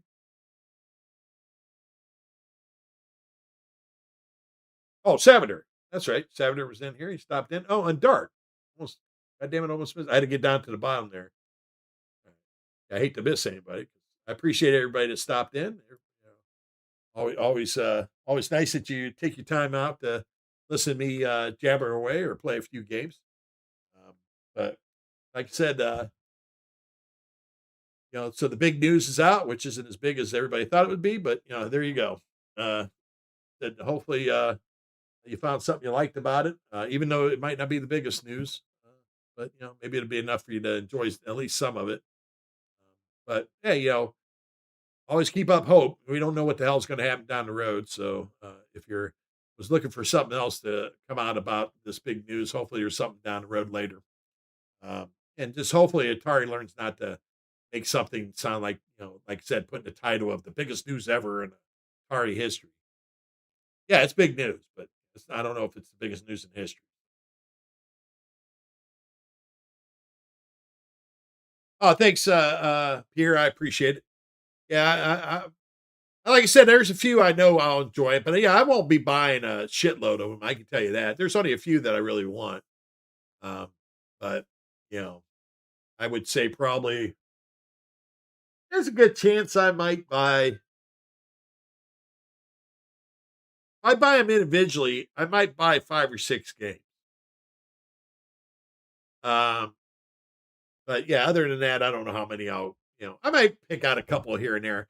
Because I mean, there's There's a lot of titles I'm not thinking of right now that I'd have to look at, but like I said, it's not, uh, it's something I can wait till, I'll grab them here and there, but, yeah, maybe over time I'll pick up more if I live that long. So, anyways, I hope you all have a good, day. What is today? Today's, Wednesday. What's on? See, I forgot. Crispy might not be on, but Megatron Plays is on tonight at 8 o'clock Eastern time. Megatron Plays will be on with Derek Pixatorium, and they'll be doing their show. So go check that out. I knew somebody was on today, but yeah, I think that's it, ain't it, for Wednesday? Well, I don't know if Chuck's on. Check out DJC too, Game Studios. Chuck's always on, and so you just never know really. And then he's not always on. I guess that's a bad way to put it, but he's pretty much on all the time. So I don't know what day what he's going to be on, but yeah, go check him out. That's DJ C Game Studios. He might be on tonight, and like I said, I know Megatron Plays is on tonight with Derek Pixatorium for their podcast. So go check them out. Anyways, everybody have a good evening. We'll see y'all later. And what I forget, I got a new way of doing this.